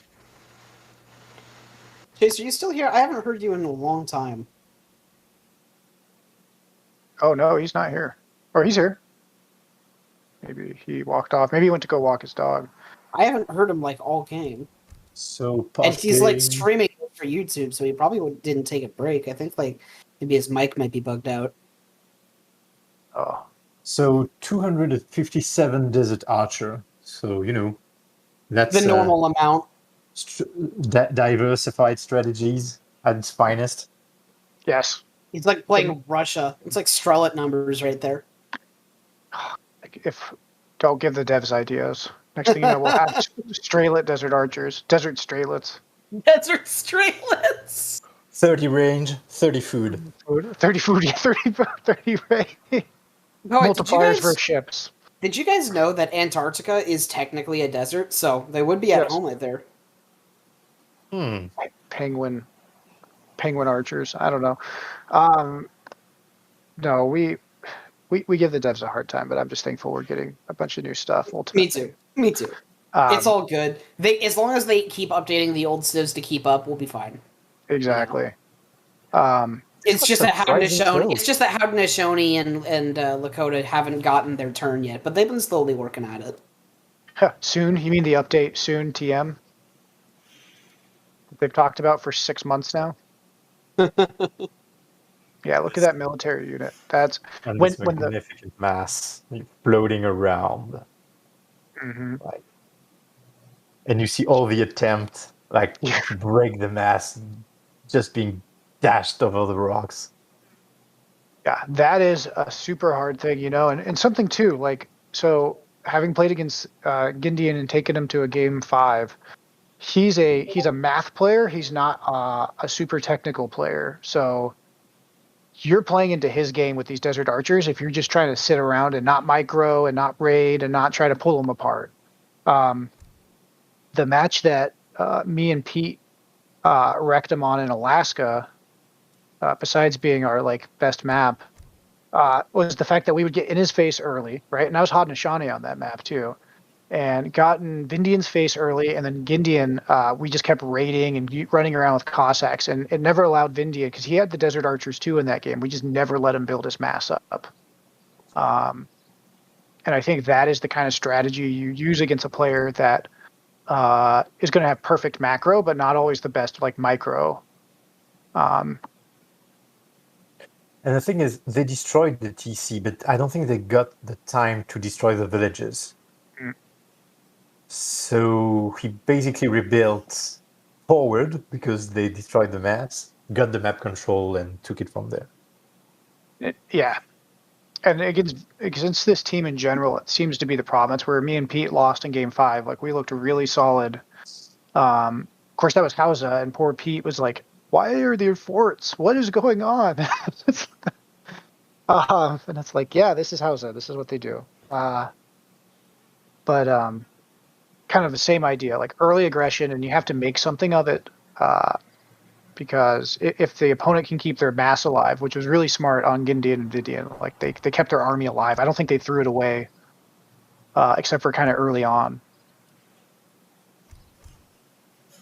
So kudos to Vindian and Gideon for, again, like a clean execution, playing to your strengths, using a unit that is about numbers, getting to a certain mass, being conservative, not diving, not taking bad fights, taking the map control, squeezing slowly.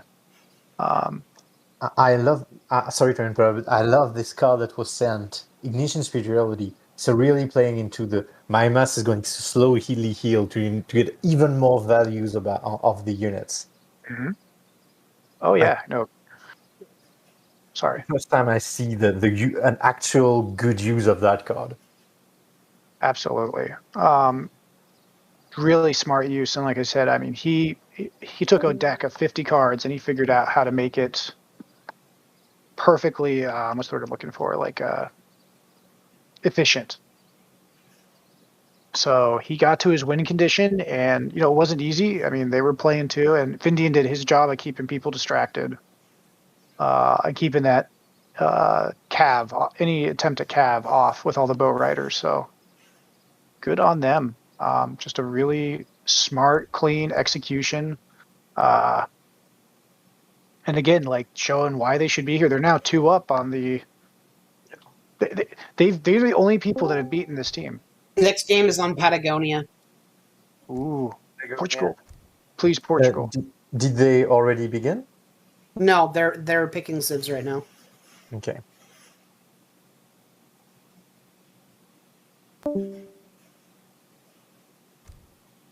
And yeah, I got 15, 30 minutes, then I'll have to take off for certain. Yeah.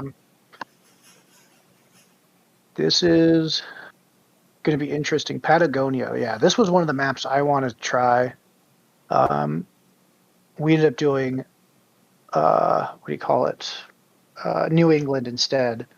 But in hindsight, should have done Patagonia. Patagonia is a really good one. It takes off the trade monopoly. So, Gindian can't go Mexico. There's no natives. The water is very important. And there's a lot of sheep, or not sheep, but llamas on the map. And there's 2 choke points in essence. So this is definitely a Boom Civ's dream map. So we can expect Vindian to be, the top dog here. Yes. He's definitely going to want. He's probably going to play as Hausa or Japan, possibly Hausa, just because the llamas can go to the livestock market. And I can still see Gindian doing Mexico. But yeah, go ahead. Just because this is a map where if he goes Hausa, he doesn't really have a musket unit until age 3, I think, because I think the Akan rifle, or they need something. I forget what they need, but really kick into gear, which is an age 3 card. So if he goes Mexico, Hausa covers with the Javelin Riders, and then he can do his. Oh my god, guys. Okay, Gideon and Vindian are doing the most toxic combo ever. What? It's Lakota China. Dakota, China? I've seen more toxic. Yeah, I've seen far worse. I don't know, for me it's the 2 civs I hate more than anything in this game. You just hate China because you can't sit around and play SimCity for 20 minutes because they siege you down. Welcome to Bring This Out.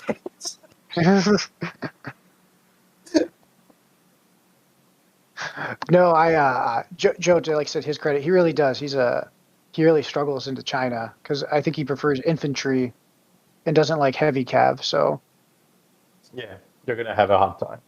exactly. Like we were on a ladder match and he was playing as Spain and he was just doing this soldados. So I just sat and got like 10 hand mortars and just sieged everything slowly down. And every time he'd push out, I'd just throw Manchus and arbalesters at him, or not arbalesters, but the skirms. And he was just like, "This civ is so toxic." I'm like, "Fight me, age 2. Don't come get me." Don't let me go with the territorial army. Right. I'm biased because I'm a China main, but I think China is one of the best designed civs in the game where you have so many options. It's so flexible, but there's weaknesses all throughout. The Yeah. game. Game Oh, it's started. Yep, Sunbros finals. Thank you very much for the heads up. Yeah. So I don't know if we are actually, because I'm streaming in there, but I don't know if because there was someone on YouTube. Chase should be in YouTube. I don't know if he's still streaming it or not. I assume so because it's got the green thing No, that around just his means name. he's sending in Discord. Oh, I can check YouTube. Okay, versus the same two civs. Interesting. So I did hear a little bit about what their strategy is going in. It looks like Ezat's trying to fast fortress and mass Gatling guns, and McLeese is going to try to defend him. Okay. But he knows there's not going to be Archer this time around. Meanwhile, Vindian and Gideon are trying to do, I think, either bow rider skirm or musket or rifle rider skirm. All right, let me find Oh. you, Joe, and then Chase and see. Oh, he's still streaming. Oh, Discovery Travel. Oh, thank God. So let's look at the decks. So we get the really fast fortress deck, but no 700 coins. So I guess he's going to rely on Dutch immigrants and capitalism. Because We all rely on capitalism. USA, baby. nice one. USA should have capitalism like twice as strong in the game. And you said, a lot of Gatling gun, but as you say, I don't see any coffee mill gun in there. So That's maybe only what it's I. kind of a That's only what I misplay. think. That's only what I think I could snippet from Ezat's dialogue. It's kind of hard to understand his accent. Well, and here's the thing too about Gideon. So Gideon loves flamethrowers. Sorry, yes, I just saw the name of the deck. Gideon is going to be going flames. I think he did mention that. Yeah, Yep. I think Burninator kind of gave it away. Yeah. Well, I think Gideon wins the deck naming contest if there was ever a subcategory. There is a subcategory. It looks like McLeese is doing Aena as a semi, just based by his deck name. The thing about the flamethrowers, though, for China is that they're kind of awkward.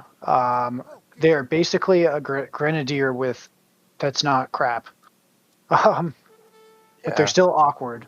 And the thing about versus China he's not versus China, sorry, but anything that has multipliers against base infantry will just shred them, and they're useless versus cav. Yeah, Gideon went with French immigrants and then followed with capitalism. You mean is that? Yeah. Is that Gideon is that same thing. Yeah. I guess we'll see a fast fortress, but like naked without 700 coin. Maybe gonna with be Dutch weird. immigrants. Like he already is at 170, so in a minute and a half he'll be able to send Dutch immigrants. I think he's trying He's to collecting up his sheep right now. That's right. This is the United States, not Mexico. You can't just send cards and change your strategy halfway through the game just cause. Yeah. You can send cards, but you can't change your strategy with USA. You're very locked in. Mm-hmm. But you get more XP gain than Mexico by a country mile. Like, you get way more XP than Mexico. Well, they had to stop somewhere in Mexico, or they just forgot after adding too many details. The deadline came in. Because the funny thing is, Mexico doesn't start with 100 coin. They also don't have the state capital. And while they do have the same America bonus where they get XP whenever they age up, the problem with it is that it doesn't apply to revolts. And so oftentimes Mexico very rarely gains very much benefit out of that bonus. Yeah. So here's the thing about the China build that I don't care too much for, like I'm an expert, but is he does the factory age 2 or the Golden Pavilion or Porcelain Tower. God, I can't even keep the names. Yeah, Porcelain Tower. It's a gold tower. Anyways, it is really It's not very slow. good in age 2. Yeah, Correct. It's not very good in age 2. Also, EZAT has like 2 dead animals that nobody is gathering from. That's wasted food. Mm-hmm. Looking at this, I And think he's shipping Virginia General Assembly. He also went with Massachusetts. He's doing a Boston Tea Party fast fortress. That's how he's getting his coin. Oh, smart. Oh. Yep, food Okay. macroed up. Okay. Holy shit, that's a lot Dude, of coin. I am so happy to see like some love from Boston Tea Party for somebody that's not me, because like I felt like I was the only one that knew how good that card is. Look, here it comes, arrives fast, and boom, almost 3,000 coin. Oh, there's a Veil pick. See Vindian doing a raid with Lakota. And just okay, Just so yeah, tell. he went with like he got like 3,000 coin and then bought 1,200 food and immediately aged up to 3. Yep. And now he's getting statehood for the extra XP and faster age up. It's the casual 7-minute fast fortress. Yeah. That's actually amazing. Mm-hmm. Well, and the thing about the China play that Gideon does with this is his China eco is so weak. Normally, China is a very strong eco. Yeah. This is a bit of a problem, I think, for China. He's not going to be able to sustain stuff. So those flamethrowers have got to get some value quickly, because if not, he's just going to fall behind. And unlike his revolts, there's not as much. Isn't that strange to say? Unlike his revolts, he's not going to be able to sustain this. The thing is, it's smart for them to push on McCleave's side, because Ezat would have something to deal with the flamethrower, but I don't think McCleave will have anything to deal with them. Like, Kenya are good against raw artillery, not like flamethrower artillery. Game No, 3? they do not get multiplier. I thought the same thing. They are infantry, they're siege units, not artillery. So the Kanya do not get a multiplier. I stepped away for a while. I'm back, and I Okay. think it's game 3. Yes, we are on game 3. So EZAT's it's 7 minutes and 45 seconds in the game, and he's got 12 regulars, and his rolling artillery is over halfway arrived. This is a good build.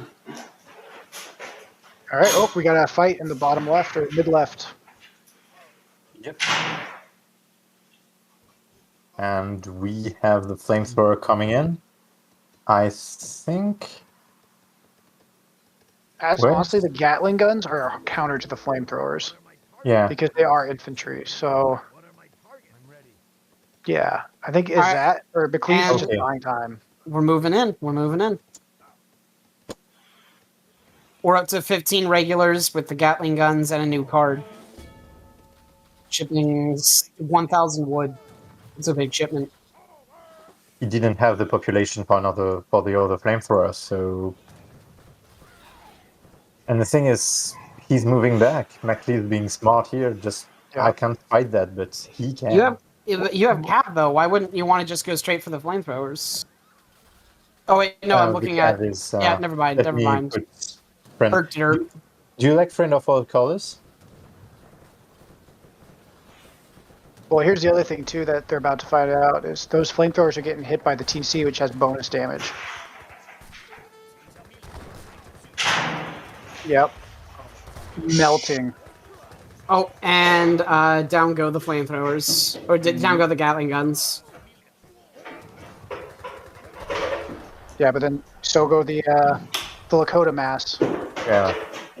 Flamethrowers are down, Lakota mass is down, and USA's in age 3. Not a lot of damage was done to the eco. Oh, and his explorer. So this is a great position for McCleaves and Azat. That's using his 1,000 wood to get 4,000 town club. centers. Ahead. That's using his 1,000 wood to get town center wagons. This is a big boom. It's a big boy boom. They haven't even touched water. Wait, no, yellow's on water. So McCleve, I think McCleve did the same kind of build he tried to do the last time. Looked like a Oh. delayed dock, I think. Izat's ship is shipping rolling artillery again. I rarely ever see this. And 500 wood sent to McCleave's, so they really want him to water boom like there's no tomorrow. I guess. Yep. If I were Izat, I'd probably be trying to get a batch of Minutemen out as well to support. Because again, those Minutemen have multipliers versus the flamethrowers. Yep. Because they kind of siege that's units, it. right? Yeah. Because they kind of siege units. Yep. All right, rolling artillery just tried the second time. That's 2 more gats. I guess we won't see the third part. Oh, he's really going hardcore on artillery. So, out of curiosity, I want to can we look at China's base really fast before the violence starts? We got axe riders on the bottom right next to Izat's. Okay, And so now looks they like know he's on water. China's remacroing. He's got a bunch on wood. I would assume the flamethrowers are going to stop. As you said, he's pretty locked in his strategy. He lost the advantage of an H3 porcelain tower. So it's kind of flamethrower burst now. Yeah. This Raids is... coming on the top.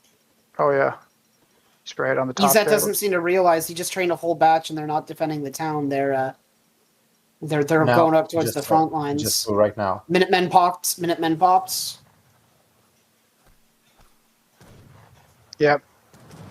But I mean, at this point, they're like, okay, now we can go attack because that mass is up there. And they're going in. Yeah. It's a lot of flamethrowers. Holy shit. Careful there, Holy please. crap. That is a lot No, of don't do that. flamethrowers. Don't do that. Don't do that. Oh, McCleaves, Oh, that's no. hard to watch. And now, only now, he's Oof. reducing the number. That was hard. And great use of cover mode pipes. Mm-hmm. And not that great because he didn't follow it up with flamethrower, but anyway. Well, where's the Kanya? I mean, even if Kanya don't have multipliers, Kanya can brawl with the Axe Riders. Mm-hmm. Ooh, those flamethrowers are getting toasted. Oh, Izat's mass is going down. Nope. He'll be fine. He's lost both of the Gatling guns. There's still 2 flamethrowers that are shredding his army. But it's a cost-effective thing. Well, maybe not. No, okay, there we go. You need to go melee. Melee. Oh, great There use we of go. the Explorer right there.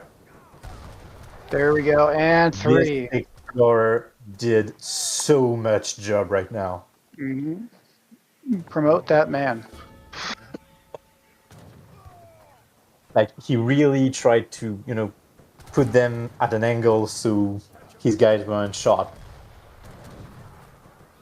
Yeah, if I were McCleaves and Izat, I'd probably pull off and try to get some Cav mass back. There's no point in fighting like this. Under the TC, you're just going to take damage. The thing is, Oh, here comes the next round of flamethrowers. A full batch of 5 this time. yep, but there's Minutemen. Holy crap. Oh, Yep. well, The Minutemen did good, but it's again like they're playing the wrong game. I think here he needs Kanya out. I don't know why. oh wow. Luckily, he And still he's only going to has use 1 rolling military artillery the production third building. time. He's getting 1 Gatling gun. He's probably going to send it a 4th time if that's the case and Yeah. get 3 more. Yeah, I'm surprised he hasn't sent Pulaski's or however you pronounce it, Legion. Yeah. It would be a good pick right now, yeah. I Ulans don't would just think wipe there's up. anything that's counters Pulaski's region on the field right now. Well, considering the Indians massing bow riders, that'd be a huge counter. The Indian is massing boats? Yeah, that's what he's been doing all game. Oh, there they are. There's a few. Oh, okay. I It's thought it literally was like Axe Riders. No, it's been all bows. It's been all bows all game. So it's kind of a Dragoon Grenadier push? Yes, it's Dragoon Grenadiers. But That's different. weird. Because, like, if McCleaves go to H3, like, Forest Prowler kill pretty much everything if you micro them properly. Like, I don't think flamethrowers can ever reach properly microed skirmishes. No. I mean, they do have quite a bit of movement speed. Or no, not that much. Only 4.25. I thought it was higher. Yeah, flamethrowers are great to mix in. They're honestly, I don't think they're a great frontline unit. They have high range resist, but it one cav can murder like 3 of them.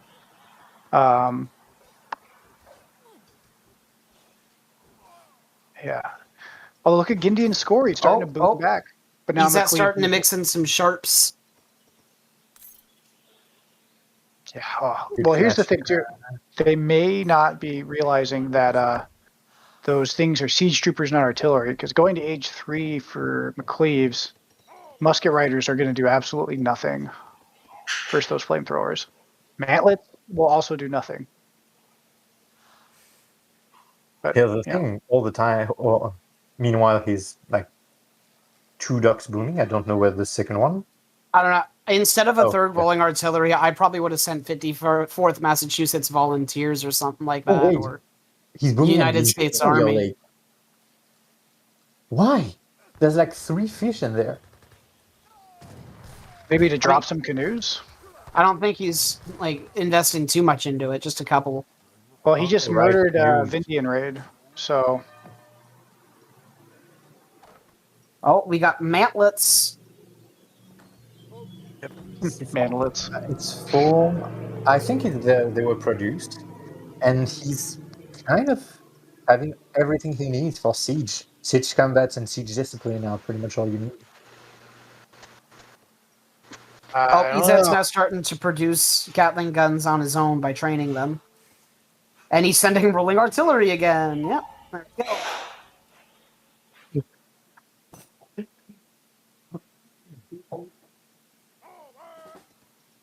All right, come on, you boomers. Fight. I think they heard you. All right, it's like, come on, guys. Let's get to the violence. St. Farmville. This isn't a tycoon this mode. is a mistake. Like, Lakota here should really push the base. Like, what can United States do? If if Indian starts making some musket riders, some rifle riders, this could be really bad. Here come the flamethrower mass again. But there it is. The sharpshooters taking care of it from a safe distance. Oh, but those tomahawks are on the wrong side. Yeah. That Chad Right. hero. Oh, we got forest prowlers now. Yeah. And China can't probably get up to age 3. It's too expensive of a comp. Their eco's too weak with that age 2 factory. You probably would have got more value with the Summer Palace just to have the free units. That's I like Gideon's idea behind it. It's the one thing I just don't care for is the age 2 factory because it's so weak and it means you'll never get to age 3. And you don't have any other units, like he could have massed 7 to 9 step riders by now and just been in the back. Does the Summer Palace produce faster depending on what age you build it? It depends on the normal time to build units, yes. So various things can affect it. And it depends on the banner too. Yeah. Essentially, I was just wondering, age like, doesn't matter. if you built nice. it in age 3, would it produce faster than Oh, age 2? my God. no, don't do that. Oh, Fall back. Oh no, McCleaves. Oh no. Oh, that's Ugh. brutal. And with that, I think Gindian's back in the game. Yeah, that was a I'm glad he brutal doesn't loss. have I can hear the Dutch swear words from here. Oh, and yeah, I was right. We are seeing some rifle riders now. yeah, Hmm. and it's too little, too late. He's got 2 interventions sent from China. China's in age 3. Oh, and it's a game again, boys. Good job on Gideon and Vindian for taking the smart fight and jumping when they had the chance. They're going to take the flag. We're about to see the beautiful Ming Dragon fly across the battlefield.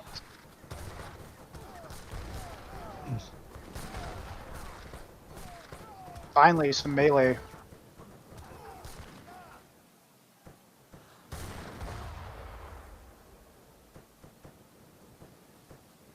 But McCleaves is booming out of control, so it's not a bad position, but they just evened it up. Yeah. What should have been the coup d'etat, or whatever you call it. I don't speak French, but coup de grace. Oh shit! We just Good grass. got Yeah. we're getting some war fights, some warships now. Some warship fighting. Huh. Oh, not the light junks. No, you don't use those for that. And here And come we the see some walls. walling. So we're in for NR40. Welcome to Yeah, the right. treaty final. Yeah, it's about to be. And this is what's so good about this map. This is why I wanted to use Portugal on it. I know I'm not even that good. I probably shouldn't talk like I had this brilliant strategy because I probably would have just been rushed and wrecked. But the only time I've won games as Portugal on the ladder is maps like is Patagonia in particular, where I can just put a TC in the middle, another TC on the water, and just boom for like 20 minutes and build up the goons Cassador mass from hell. It feels like a deadly sin. Like those 2 trading sites not being built. It hurts. And it's like, if I remember right, it's 34 XP, but it's a short route, so you'll just be getting over and over again. And like do the state coach upgrade, and you've like it's like 10 villagers sitting around at least. Yep, absolutely. It is such a good map. You don't even need ATP for it. So if you're like Ottomans, ports, Spain, those civs, Germans, civs that really require good XP trickle and can't dance for it, it is one of the best maps for them. It's funny because we were talking with Vindian before the game, and they were planning on Patagonia, and I instantly said, like you said, like Germany. Germany on this map is so good. Yeah. I would have liked to have seen the 2 Napoleon gun shipment.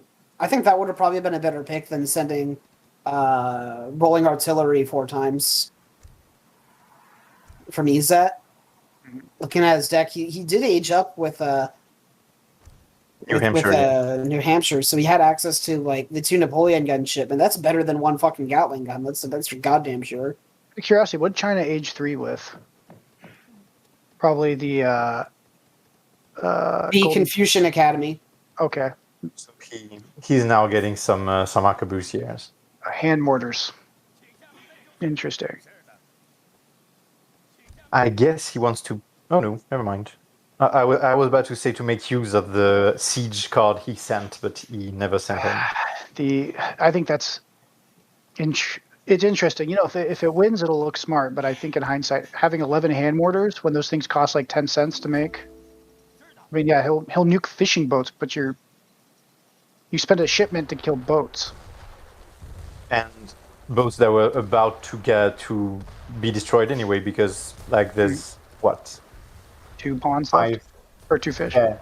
Like 179 and 361. Like there's 500 food left in this bomb. Yep, Vindian's in age 4, but like this is typically where Lakota starts to kind of plateau. And I think this is a mistake from Vindian. Like, why go H4 when you can, maybe reboom and remass? Does he have to call it? Check his deck. He might be shipping natives. Mm. Yep. But he doesn't have the resources for it. So he's stuck with sending command skill, which is, arguably a good shipment, but I don't think it's worth an H4 shipment.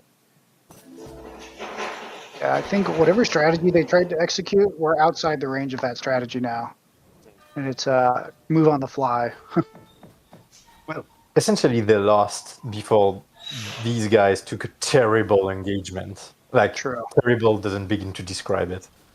Well, and here's the fight. Yeah, now they're gonna try to push a fight. They know he just aged up, so they know Vindian Eco's weak. Arbs do not trade unless he has repelling volley. Did he get repelling volley in for those Arbs? It's times 2. Nope. So no. Yeah, this will be a tough one. And I don't think Vindian has new ways, so there won't be any multiplayer either on the Rifle Raiders. You know, besides the normal one. Exactly, and And I we still think have, you know, some fighting. Like Vindian's trying to take the water, but that's like the one thing Lakota cannot do very well. Well, not the one unless thing, it's but talking one. like super late game with the siege dance. Yeah. I know at Legacy it used to affect boats. I don't know anymore. Oh, that's right. When you have like a casual 300 attack war canoes. Oh, now McCleaves. Okay, light cannons are coming next. Yeah, this is the win condition. I think they got to make a big play and hope that they misplay like they did earlier because Haudenosaunee on Fur water. So he water boomed, did 4 trade, and now he could very well go for Imperial Age. Whole bunch of villagers getting shot up by that coin mine. China. Oh, misclick. He must have missent his town center or misclicked something. He was going for that coin mine, but there were 5 regulars there. They just shot like 6 of them. We'll go to TC going down.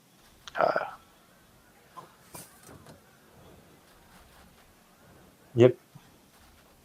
And from there, I don't know what can Vindian do.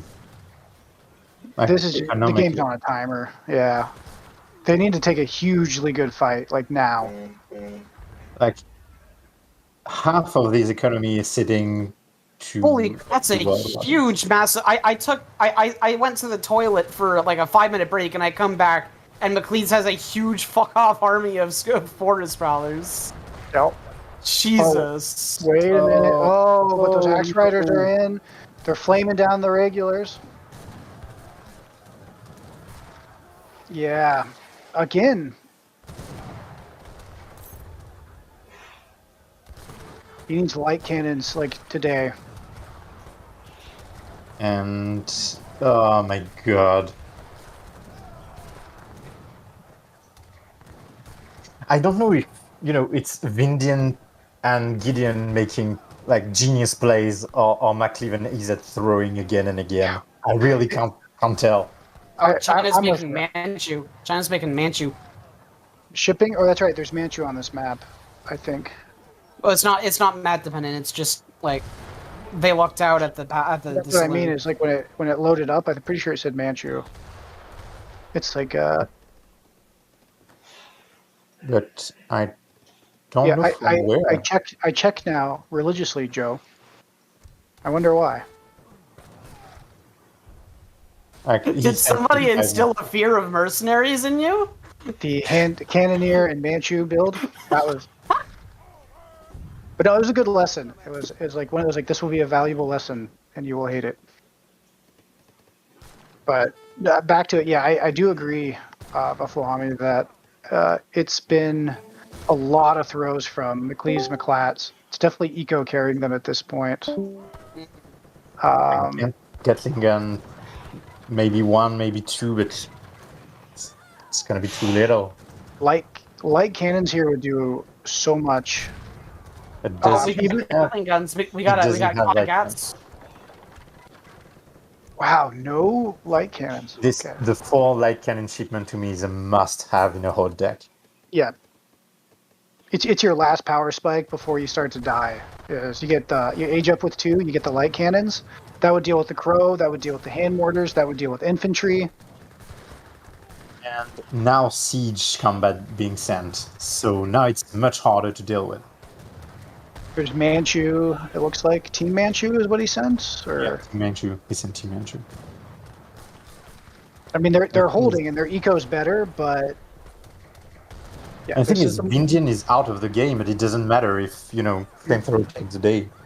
Yep. I think this is a classic case of like, don't get cocky and don't sleep on your unit masses, even when you're ahead.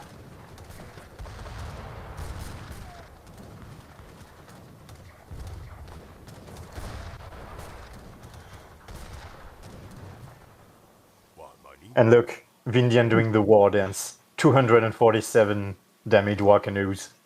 That's fair. So he just won water right there. Mm-hmm.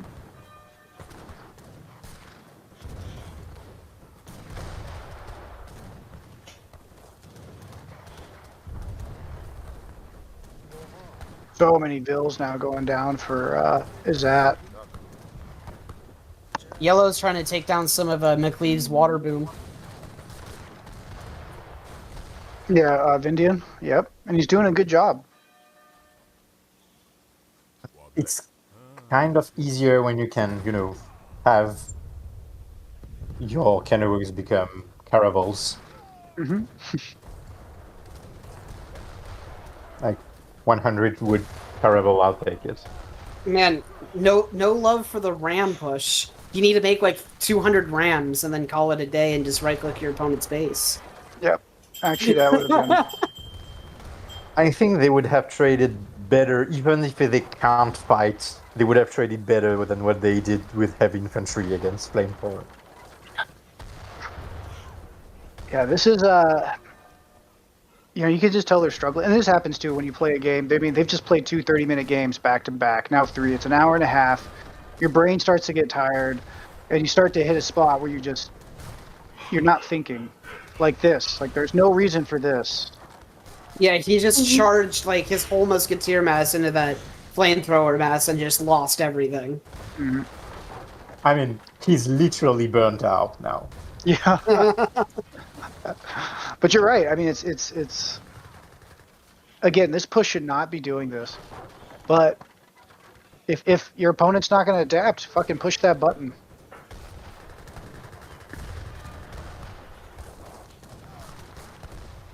And whoop. And these are 2 very good players. I would say probably are on the top echelon of our server for certain, better than me. So, again, it's just a reminder that even the best. Nobody's better than me, though. Yeah, I'm 1-0 on the ladder. The salt of the That was wound. obviously a joke. Right, that's my counter. I'm 1-0, so 100% win rate versus you. Undefeated, 1-0. But no, you're good too, and this is what makes your type of builds and Gideon and those type of players really good in Age of Empires 3 that you would not see in 2, is that the kind of clever tactics, thinking, and macro. I'm nothing special. The only reason that I have the win rate I do is because I do shit that nobody expects. And it's a valid strategy. It makes up for my lack of like input skill. But that's the saying we have in something in our team, like IQ over APM. Yeah, IQ over APM, exactly. Because if you're playing 2, I mean, if someone's better micro and macro than you, you're probably going to lose no matter what civ, what scenario. This is. I This love is the fucking monkey artillery cover mass. mode. Like What I really, don't understand is why has neither EZAT or McLeese gone for cavalry this game? I don't know. Because cavalry... cavalry is like greatly underestimated, especially for USA because they have no cards. But Hussars still do their job just fine. Yeah. Again, it's still a in, Hussar. yeah. I make cavalry as USA pretty regularly. And as we said, like in the game before, this cavalry card is sitting in his deck, waiting to be sent. Mm-hmm. They need cavalry. They need lots of cavalry. Yeah. Go ahead. Like I said, as a China person, China's weakness. Here we go. We got like 6, 7, 8 light cannons and 2 culverins. Oh, finally. But I was going to say, as a China player, like China's weakness is heavy cav. So you don't do yourself any favors, even if bow riders are on the field, by not forcing their hand. It's like, okay, I'm going to force you to build bow riders. Oh, Yeah. that was beautiful.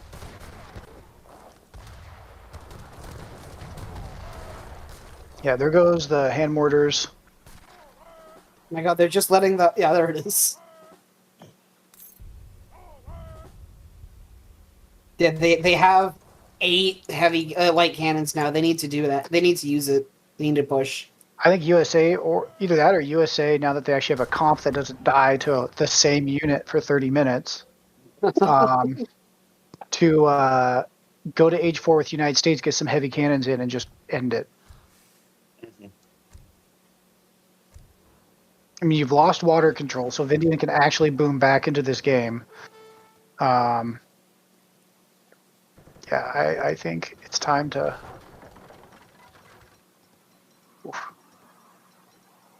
That Yeah, was because heavy some cannons, gold 2 rolling. heavy cannons could delete that mass in seconds. And what's Lakota going to do about it?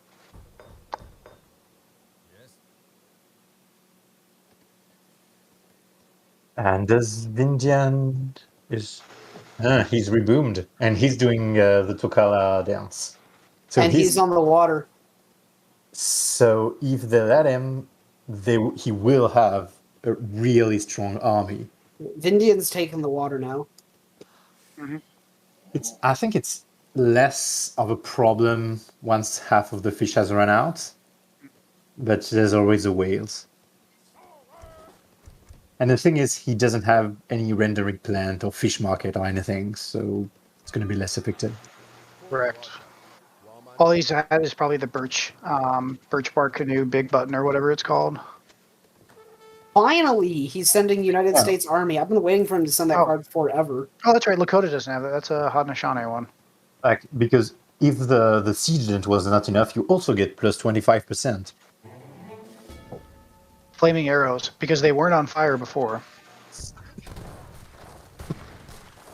It Oh, was not misclick from real McLeod. fire. Yeah, the real fire. All right, so now they're pushing again. Vindian is like pushing on the water real hard as well. But see, that's If he takes that successfully, they'll have an opening to transport troops into the back. Mm-hmm. But they're on a timer. If they're smart, they're going to push like right now. Yeah, They need to push. They just aged up as China. China's an industrial age, though. China is scary, but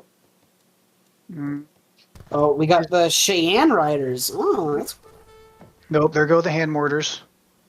He's got Cheyenne riders, but these are. I don't know. Again, if they The team card. could just build 8 cavalry units, they would be in such a better spot. And we get Tashunki. Yeah, 13, so he didn't send Marauders yet, so maybe not that good right now. But if he stealthed them, like, they really need to pay attention to light cannons.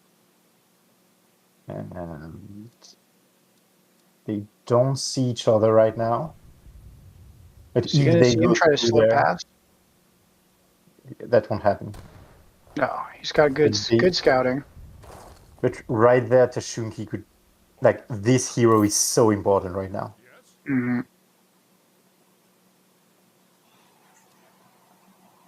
No stealth for Vindian right now. We have Minutemen casually being wasted right there. yep, I see that. Yep. Uh-oh. Oh, here it goes. Here goes the big fight. Oh, look at all those. Oh, no. No, those skirms. Oh, move the skirms. The pull trick. The pull trick. There we go. Ooh. But rifle riders, too? Those light cannons need to turn around and start contributing, even if first cav. That flying crow is at 1 HP. I would be so salty. Okay, the Minutemen got it. Oh, here come the flamethrowers. That's a ton of flamethrowers. Holy fuck. Oh, where's the light cannons? What are they doing? Light cannons are up. Oh, kill. Okay. Okay. Okay, so it's going much better. Yeah. How Again, weird. they have the eco behind this, so this is. Oh, there's the flamethrowers. There's the flamethrowers. Get them. Get them with the light cannons.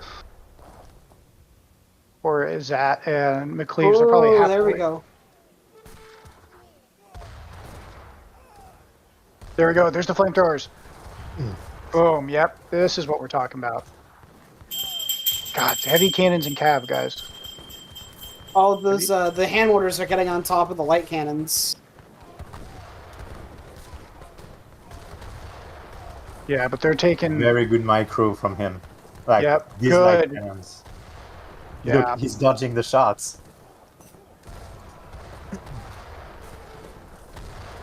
Well, good job. And that flamethrower mass is it's maybe not going down, but they're fought each other to a standstill. Oh, God, move is that?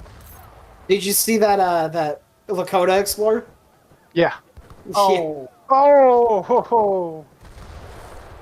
Okay, so they still lose the flamethrower. God damn it. That Lakota Explorer just did the LOL button. Yep. Where are my light cannons? Asked the Uzat. Lol. Said the Lakota Oh, Explorer. that's a horse artillery wasted.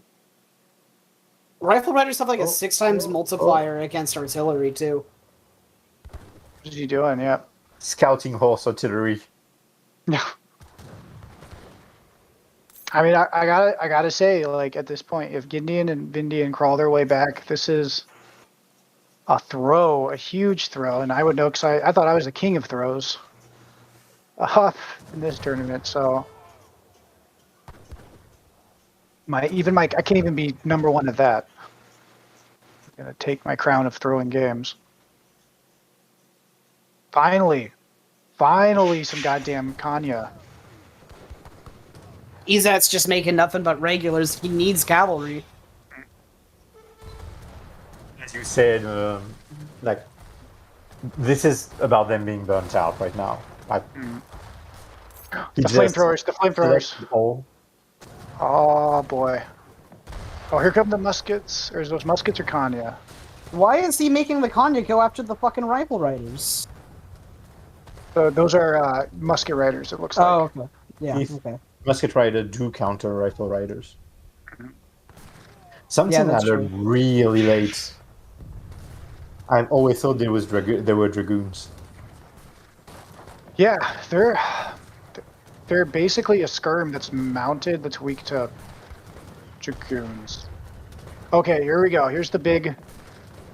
I could see them throwing in the towel and rage quitting if these flamethrowers do a number. Rifle riders are the Jaguar Prowler Knights of cavalry. Yeah. This is the best way to describe them. No. Oh, that's so cost effective. Oh, beautiful. About fucking time we started seeing some cavalry. Right. There goes the muskets. They're going to eat those hand mortars alive. And the skirt, I mean, Kanya.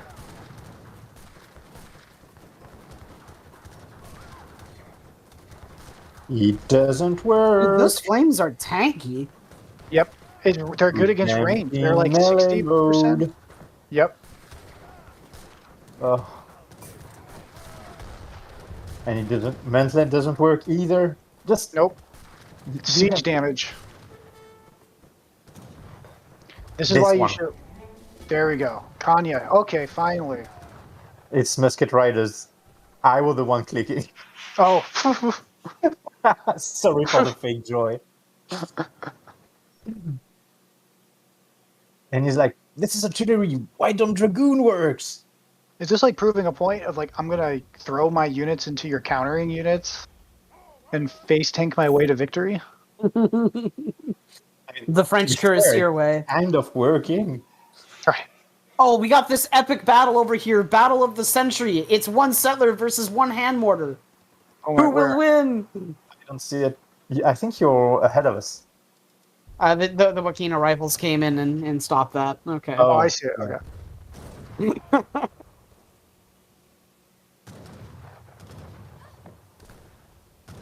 Oh, is he doing the big button upgrade or what is that upgrade for Haudenosaunee? It's coming in. It's siege discipline, like siege Okay. custom. Oh, why? I think we are going. They think 3D, Treaty right mode. now. Like pop efficiency above all else. I mean, at this point, they could do a ram rush on the right side and then just do a big battle because the rams are only one pop. They cost wood and gold, which McLeaves has plenty. I don't think he. Oh, he upgraded.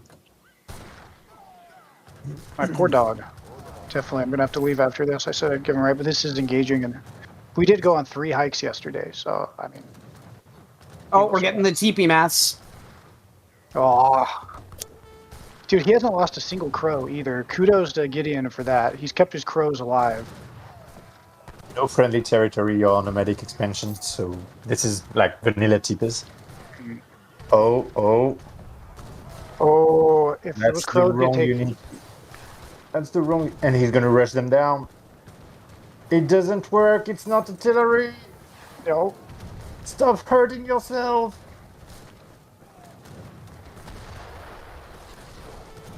There we go. Yeah, I got the flying crows down. Mm-hmm. That's 2 flying crows down.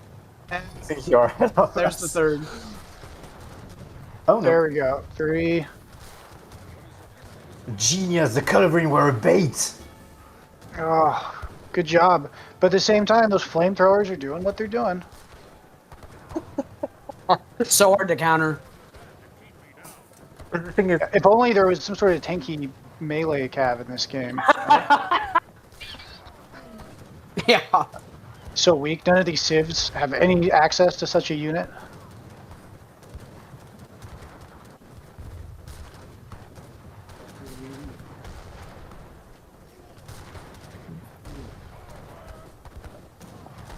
like Desert Archer, I could understand, but Flamethrower, this is on them.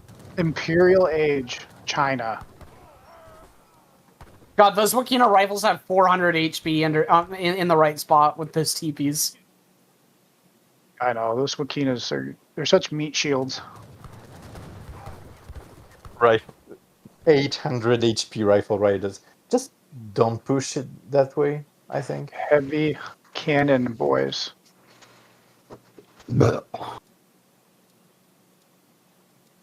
my god. Look at the walls. Oh god, here we go. Treaty mode engaged fully. No rush. 40 minutes. Treaty timer's out. Let's go. Like, right there, you see all these TPs. Let's be honest, we push the other way. Yeah. Like I said, it's like Izat and McLeaves are trying to prove a point. Like, fuck you and your strategy. You know what I mean? Like, it is. It's tiredness. You know, it's always easy to be the observer and have Yeah, perfect of course. vision and not be the one trying to like balance things. But this game could have been closed like 3 or 4 times. Oh.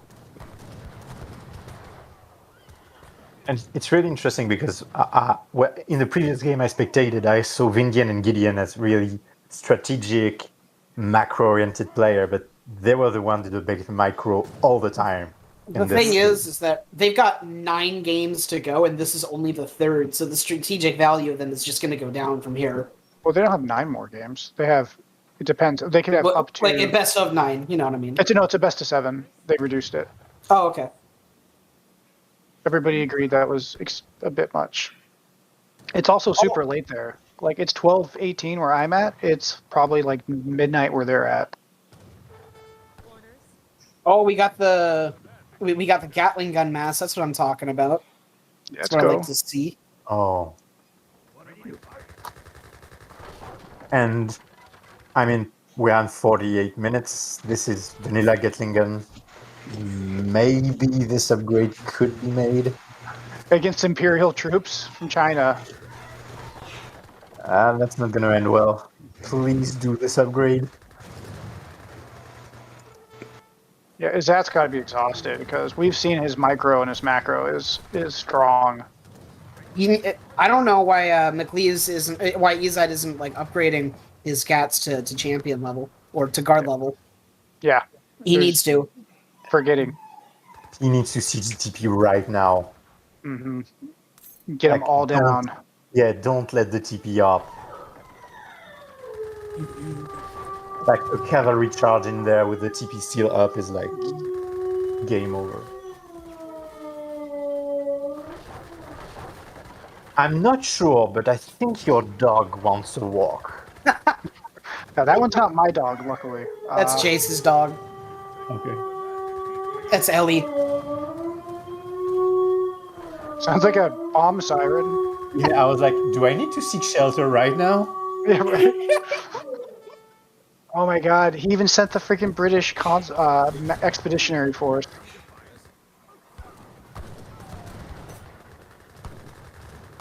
Oh, Here they're all comes jam packed. Oh boy, Yeah, this is not good. guys, That's you. Guys. Gatling guns. guys, guys, guys. Please, I'm clicking for you. Yeah, Oh my god. Oh, it's... Man, if only if there was like a melee hand cavalry unit in the game that either of these civs had access to. again, Yeah. yeah. And Edat is going to imp, but For what though? He doesn't even upgrade his cannons. I'm not even And- trying to be mean. Like, is that would spank me on a 1v1 all up and down the ladder till it was 0 elo. and I mean, Imperial sharpshooters will just stand 2 seconds more against flamethrowers, so Yeah. the upgrade's not worth it. Yeah, they're not solving the core issue, which is Also, another big reason to upgrade your your Gatling guns is because they look fucking cool when they're upgraded. They're like golden.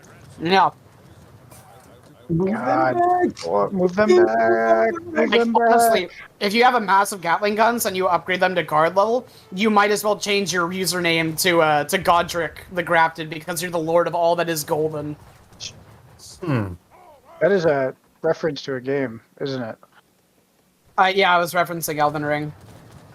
I haven't played any old rings. At that point, it's starting to hurt. Like, please make a hussar. Right. Like, this kid. Oh my god. You're just melee. Oh my god, I see Kanya! I see Kanya! Finally. Where? Wait. No, these are musket riders. Oh no, No, wait, he's here. Kanya! Oh my You're god. right. And then Finally. the winged hussar came in. The 51 the it's wooden- the 51-minute Kanya push. It's a strategy, guys. The wooden Kanye. Finally. Look, it's working. Yeah. Look what the worst hand cav in the fucking game is doing.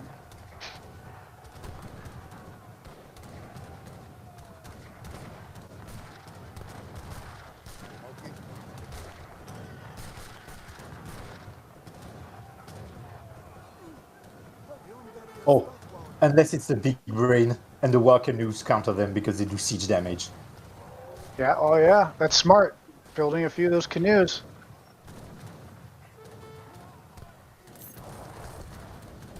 He shipped Rogers Rangers. Like, my skirmishers are not good enough. I need British one.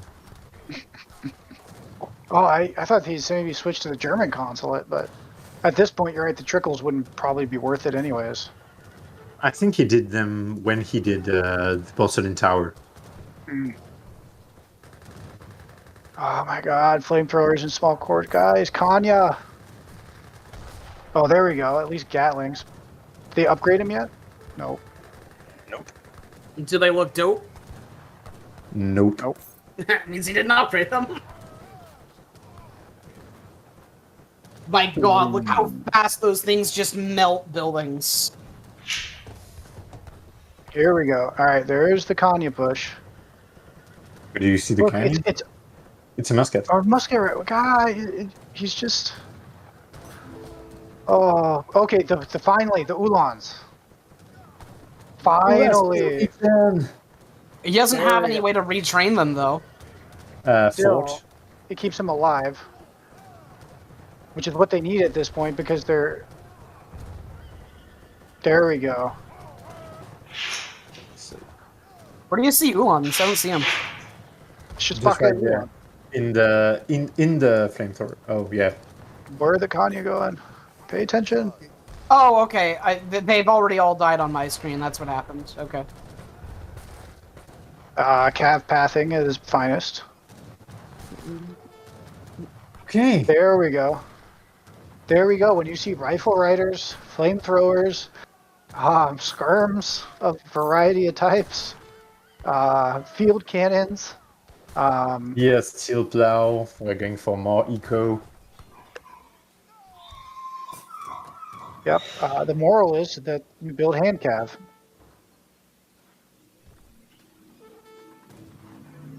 I like how that's an aged 5 shipment for 10% gather rate on farms and estates. It's like saying I have Royal Guard farms. Yes. I didn't even think about that, but you're right. That's a nice way to say I have another eco theory, but okay. I have Royal Guard farms. It's a super expensive upgrade that does very little. Okay, and it's Vindian turn to waste units.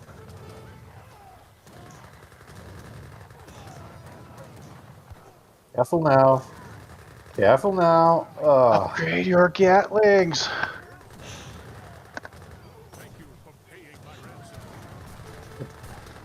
We all had, this 1 hour long game, and then we realized we forgot to do Sid drill on the mill. Right, yeah. I think that's gonna be one of the instances of this. Is red pushing on the right side of the map real fast? Yes. With I think this is the All the moment you regret not doing flamethrowers. readouts. Oh, and we got some non-flamethrower units as well. We got flying crows. Come on, guys, pay attention. Ooh, yes, please. Ezat, your enemy is pushing you with flamethrowers and flying crows. Nice solution, building more sharpshooters. Does he have Marines? This would be a perfect time to ship some Marines. He doesn't have the Marine card in his deck. But he does have 2 heavy cannon. Oh my god, can you imagine what those would do? Okay, we got Gats. We got Gats. 2 heavy cannons. Finally.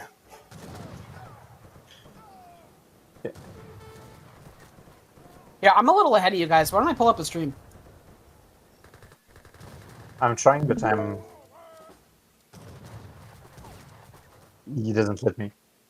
It doesn't let me. All right, heavy cannons just arrived. Where are they I'm at? at 3/5 of the shipment.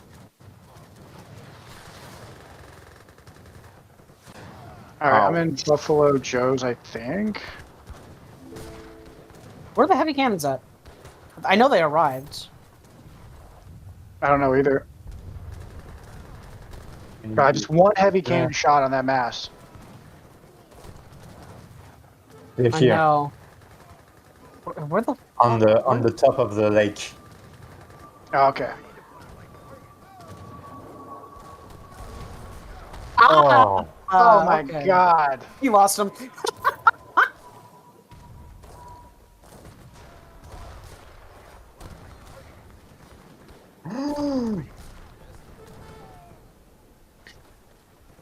This is, dude, wait! no way. He has Fire Dragon manual. Yep. Yes, It's what so- now? Yeah, it's still kind of crappy, but again, with these guys' determination not to send the goddamn counter unit until 51 minutes. The new card for China that reduces the attack rate delay time. for. Essentially, it's like they attack 10% faster, and they already Yep. attack quickly. And you also get all the upgrades for free. Oh wow, guys, bet Huss.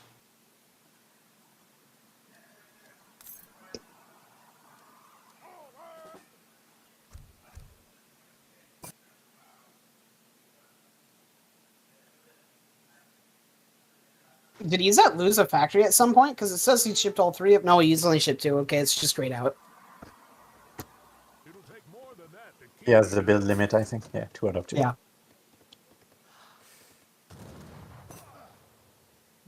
Okay.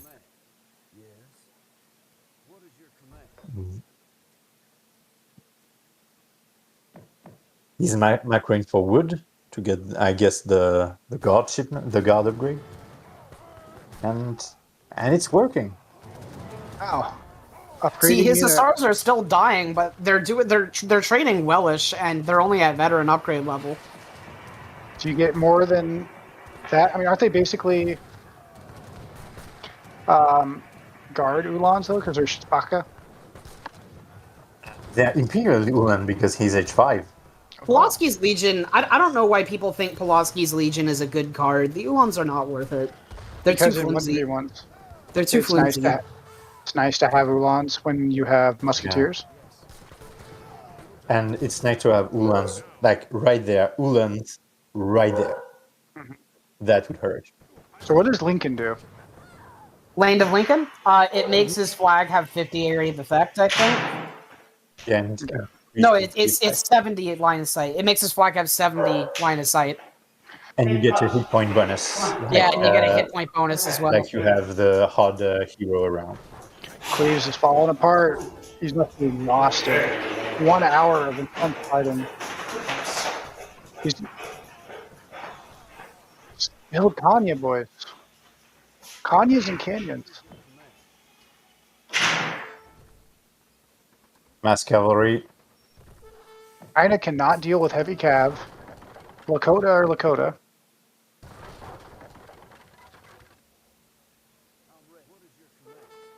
So what does Vindian have? Vindian doesn't have that much, honestly. Like, I'm selecting the whole army of Vindian right there. Oh, dude, there's Cinar Horsemen available at the saloon, and fucking Izat has like 5,000 coin. He needs to make Cinar Horsemen. Don't counter.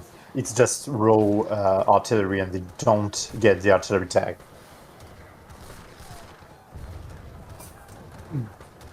So, I mean, they do have HP. They have that going for them. It's gonna do better than his like fucking veteran Hussars. That's for sure. Yeah, because think about Ulans, they're not a frontline unit. They are a backline raiding unit. And against flamethrowers, you need something with lots of HP like that. Something that can just base tank. Yeah, Really Cinar advanced, Horsemen are imagine- basically Mamelukes, but age 3 instead of 4. Yeah. But imagine, like, you make a few, even Guard, not Imperial Hussar. You mix Ulan in the mass. That could be deadly. Yep. You know, or get him on a flank during the main fight when, you know, you can't focus on him. Like, nothing, it's more beautiful than an Ulan's on skirms. Okay, so what's going on here? We've got the flamethrowers in the front still. The classic regular versus flamethrower match. Yeah, at that point. God Hussar coming in. Finally. Yeah. No, no, no. Okay, at that point, he's just playing Civ 6. Exactly. So what's going on in the back here with McCleaves raiding Vindian? Well, seems to go alright. He's, pulling the Dragoons back to go against their non-counter. I heard thank you for paying my ransom. I'm wounded. Fetch a medic. Yeah. Oh Lord. The outposts are going up, but they might be too slow because the outpost wagons for USA build slower. Yep. All right. And they got Gatling iron guns. flails. Yeah, continuing to have unupgraded Gatling guns.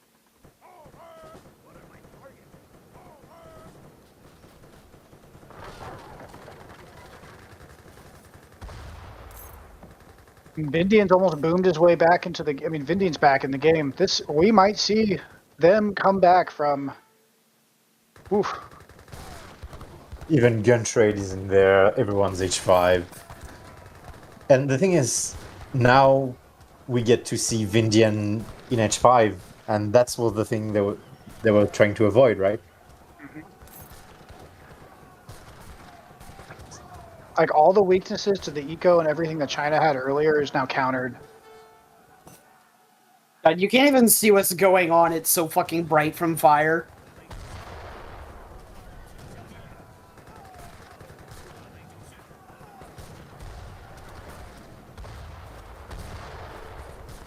Oh. No. Look how many shots it takes to kill one of these guys! And he's got a big fuck-off mass! Yeah. Ooh, that was good. He just caught a whole bunch of those a whole bunch of those flamethrowers. But I mean, there's nothing stopping from Gideon from just massing more of them really easily. Finally! Yeah, like he's training. He's already training more. These guys are just rough. Whoop! And there goes a crow.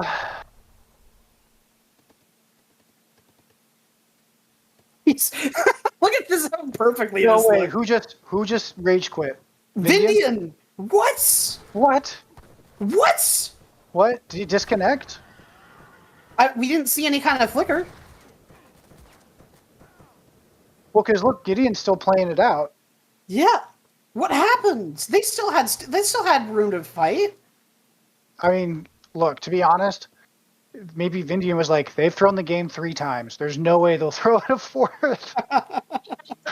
They finally upgraded their units. Like, I don't know, man. First off, what a game. Congrats to the Cleaves and Azat for keep going. I really enjoy the back and forth, and I hope we don't sound too much because these are all players that would spank most of us on a day, but maybe not you, Buffalo. You're pretty good, but no, I'm honestly at about your skill level. I just use weird strats. Yeah. Exactly, but like they kept growing fight after fight after fight. Honestly, I don't understand. This is, as you said, like imperfect information at its finest. If they had the map revealed, I guess they'll be like, what the fuck? Why would we ever resign in that position? Yeah. Like you've pushed your way back into the game. Maybe there was a Vil raid or something that we missed that just like wiped Vindian's ego. Actually, yeah. Villager population, very stable. No problem about this. Military population for the team. Team Vindian just got a lot of population on the last, cornering of the flamethrowers. Maybe that was the thing that said, well, we can't do anything anymore. But I don't see why. I mean, China had a lot of idle. Oh no. What's the kill death ratio for China? Just out of curiosity. Yeah, let's take a look at this. Oh my god. He had 213 flamethrowers! What the fuck?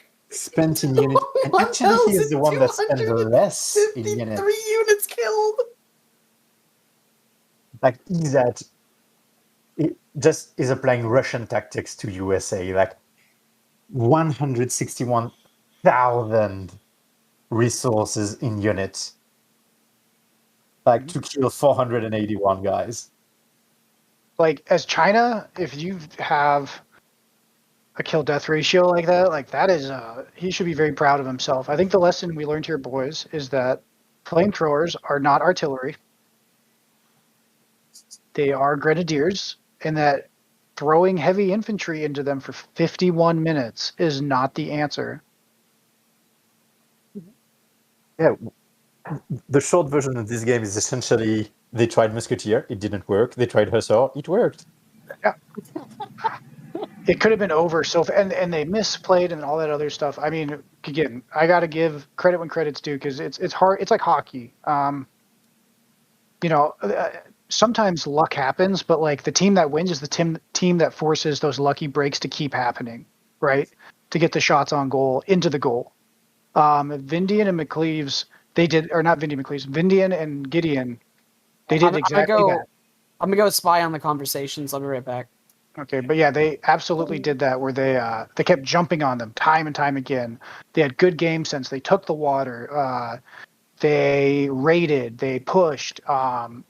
they played excellently, and while the game I think was really decided at like 15 minutes, um, they capitalized on every mistake. So good on McLeaves and Zat for holding and making it through. But I think honestly, Vindian and Gideon could have taken that at the end. Yeah, completely. Again, I don't understand why they resigned. Like, really, maybe it was just pure exhaustion that Hmm. could happen after a game like that. But yeah, like, and again, as you say, these players are, I think, better players than I am. But it's hard to know which part is us being observer and which part is just brain farting. Hmm. That this was this yeah, this headbutting over and over again against the same unit, and seeing that it doesn't work and keep making the same thing. But the thing is, they were so good with with a macro game that they didn't like it didn't matter in a sense, Hmm. because they could just throw away more champion force prowler that cost a buttload and still be okay with that. Exactly. Like I mean, again, they set up a good lead, and they were fighting under their base forever in that one too. Mhm. Um, it really, um, it's just really, yeah, they were tenacious. They had a good plan. They executed it. It's a hell of a game. And unfortunately, I'm gonna have to pop off because my poor dog is gonna break into my room if he doesn't get Same his here. walk. So I'm gonna hop off. But it was a blast chatting with you and watching these games, and hopefully we get some more today. And I'm gonna hop in the tourney thing too and wish him good luck. So Yeah. yeah, you have a good rest of the afternoon where I'm at. I guess evening probably where you're at. It's 4 p.m. here. Oh, it's 12, almost 1. So all right, I better go. You guys have a good day. Have a good one.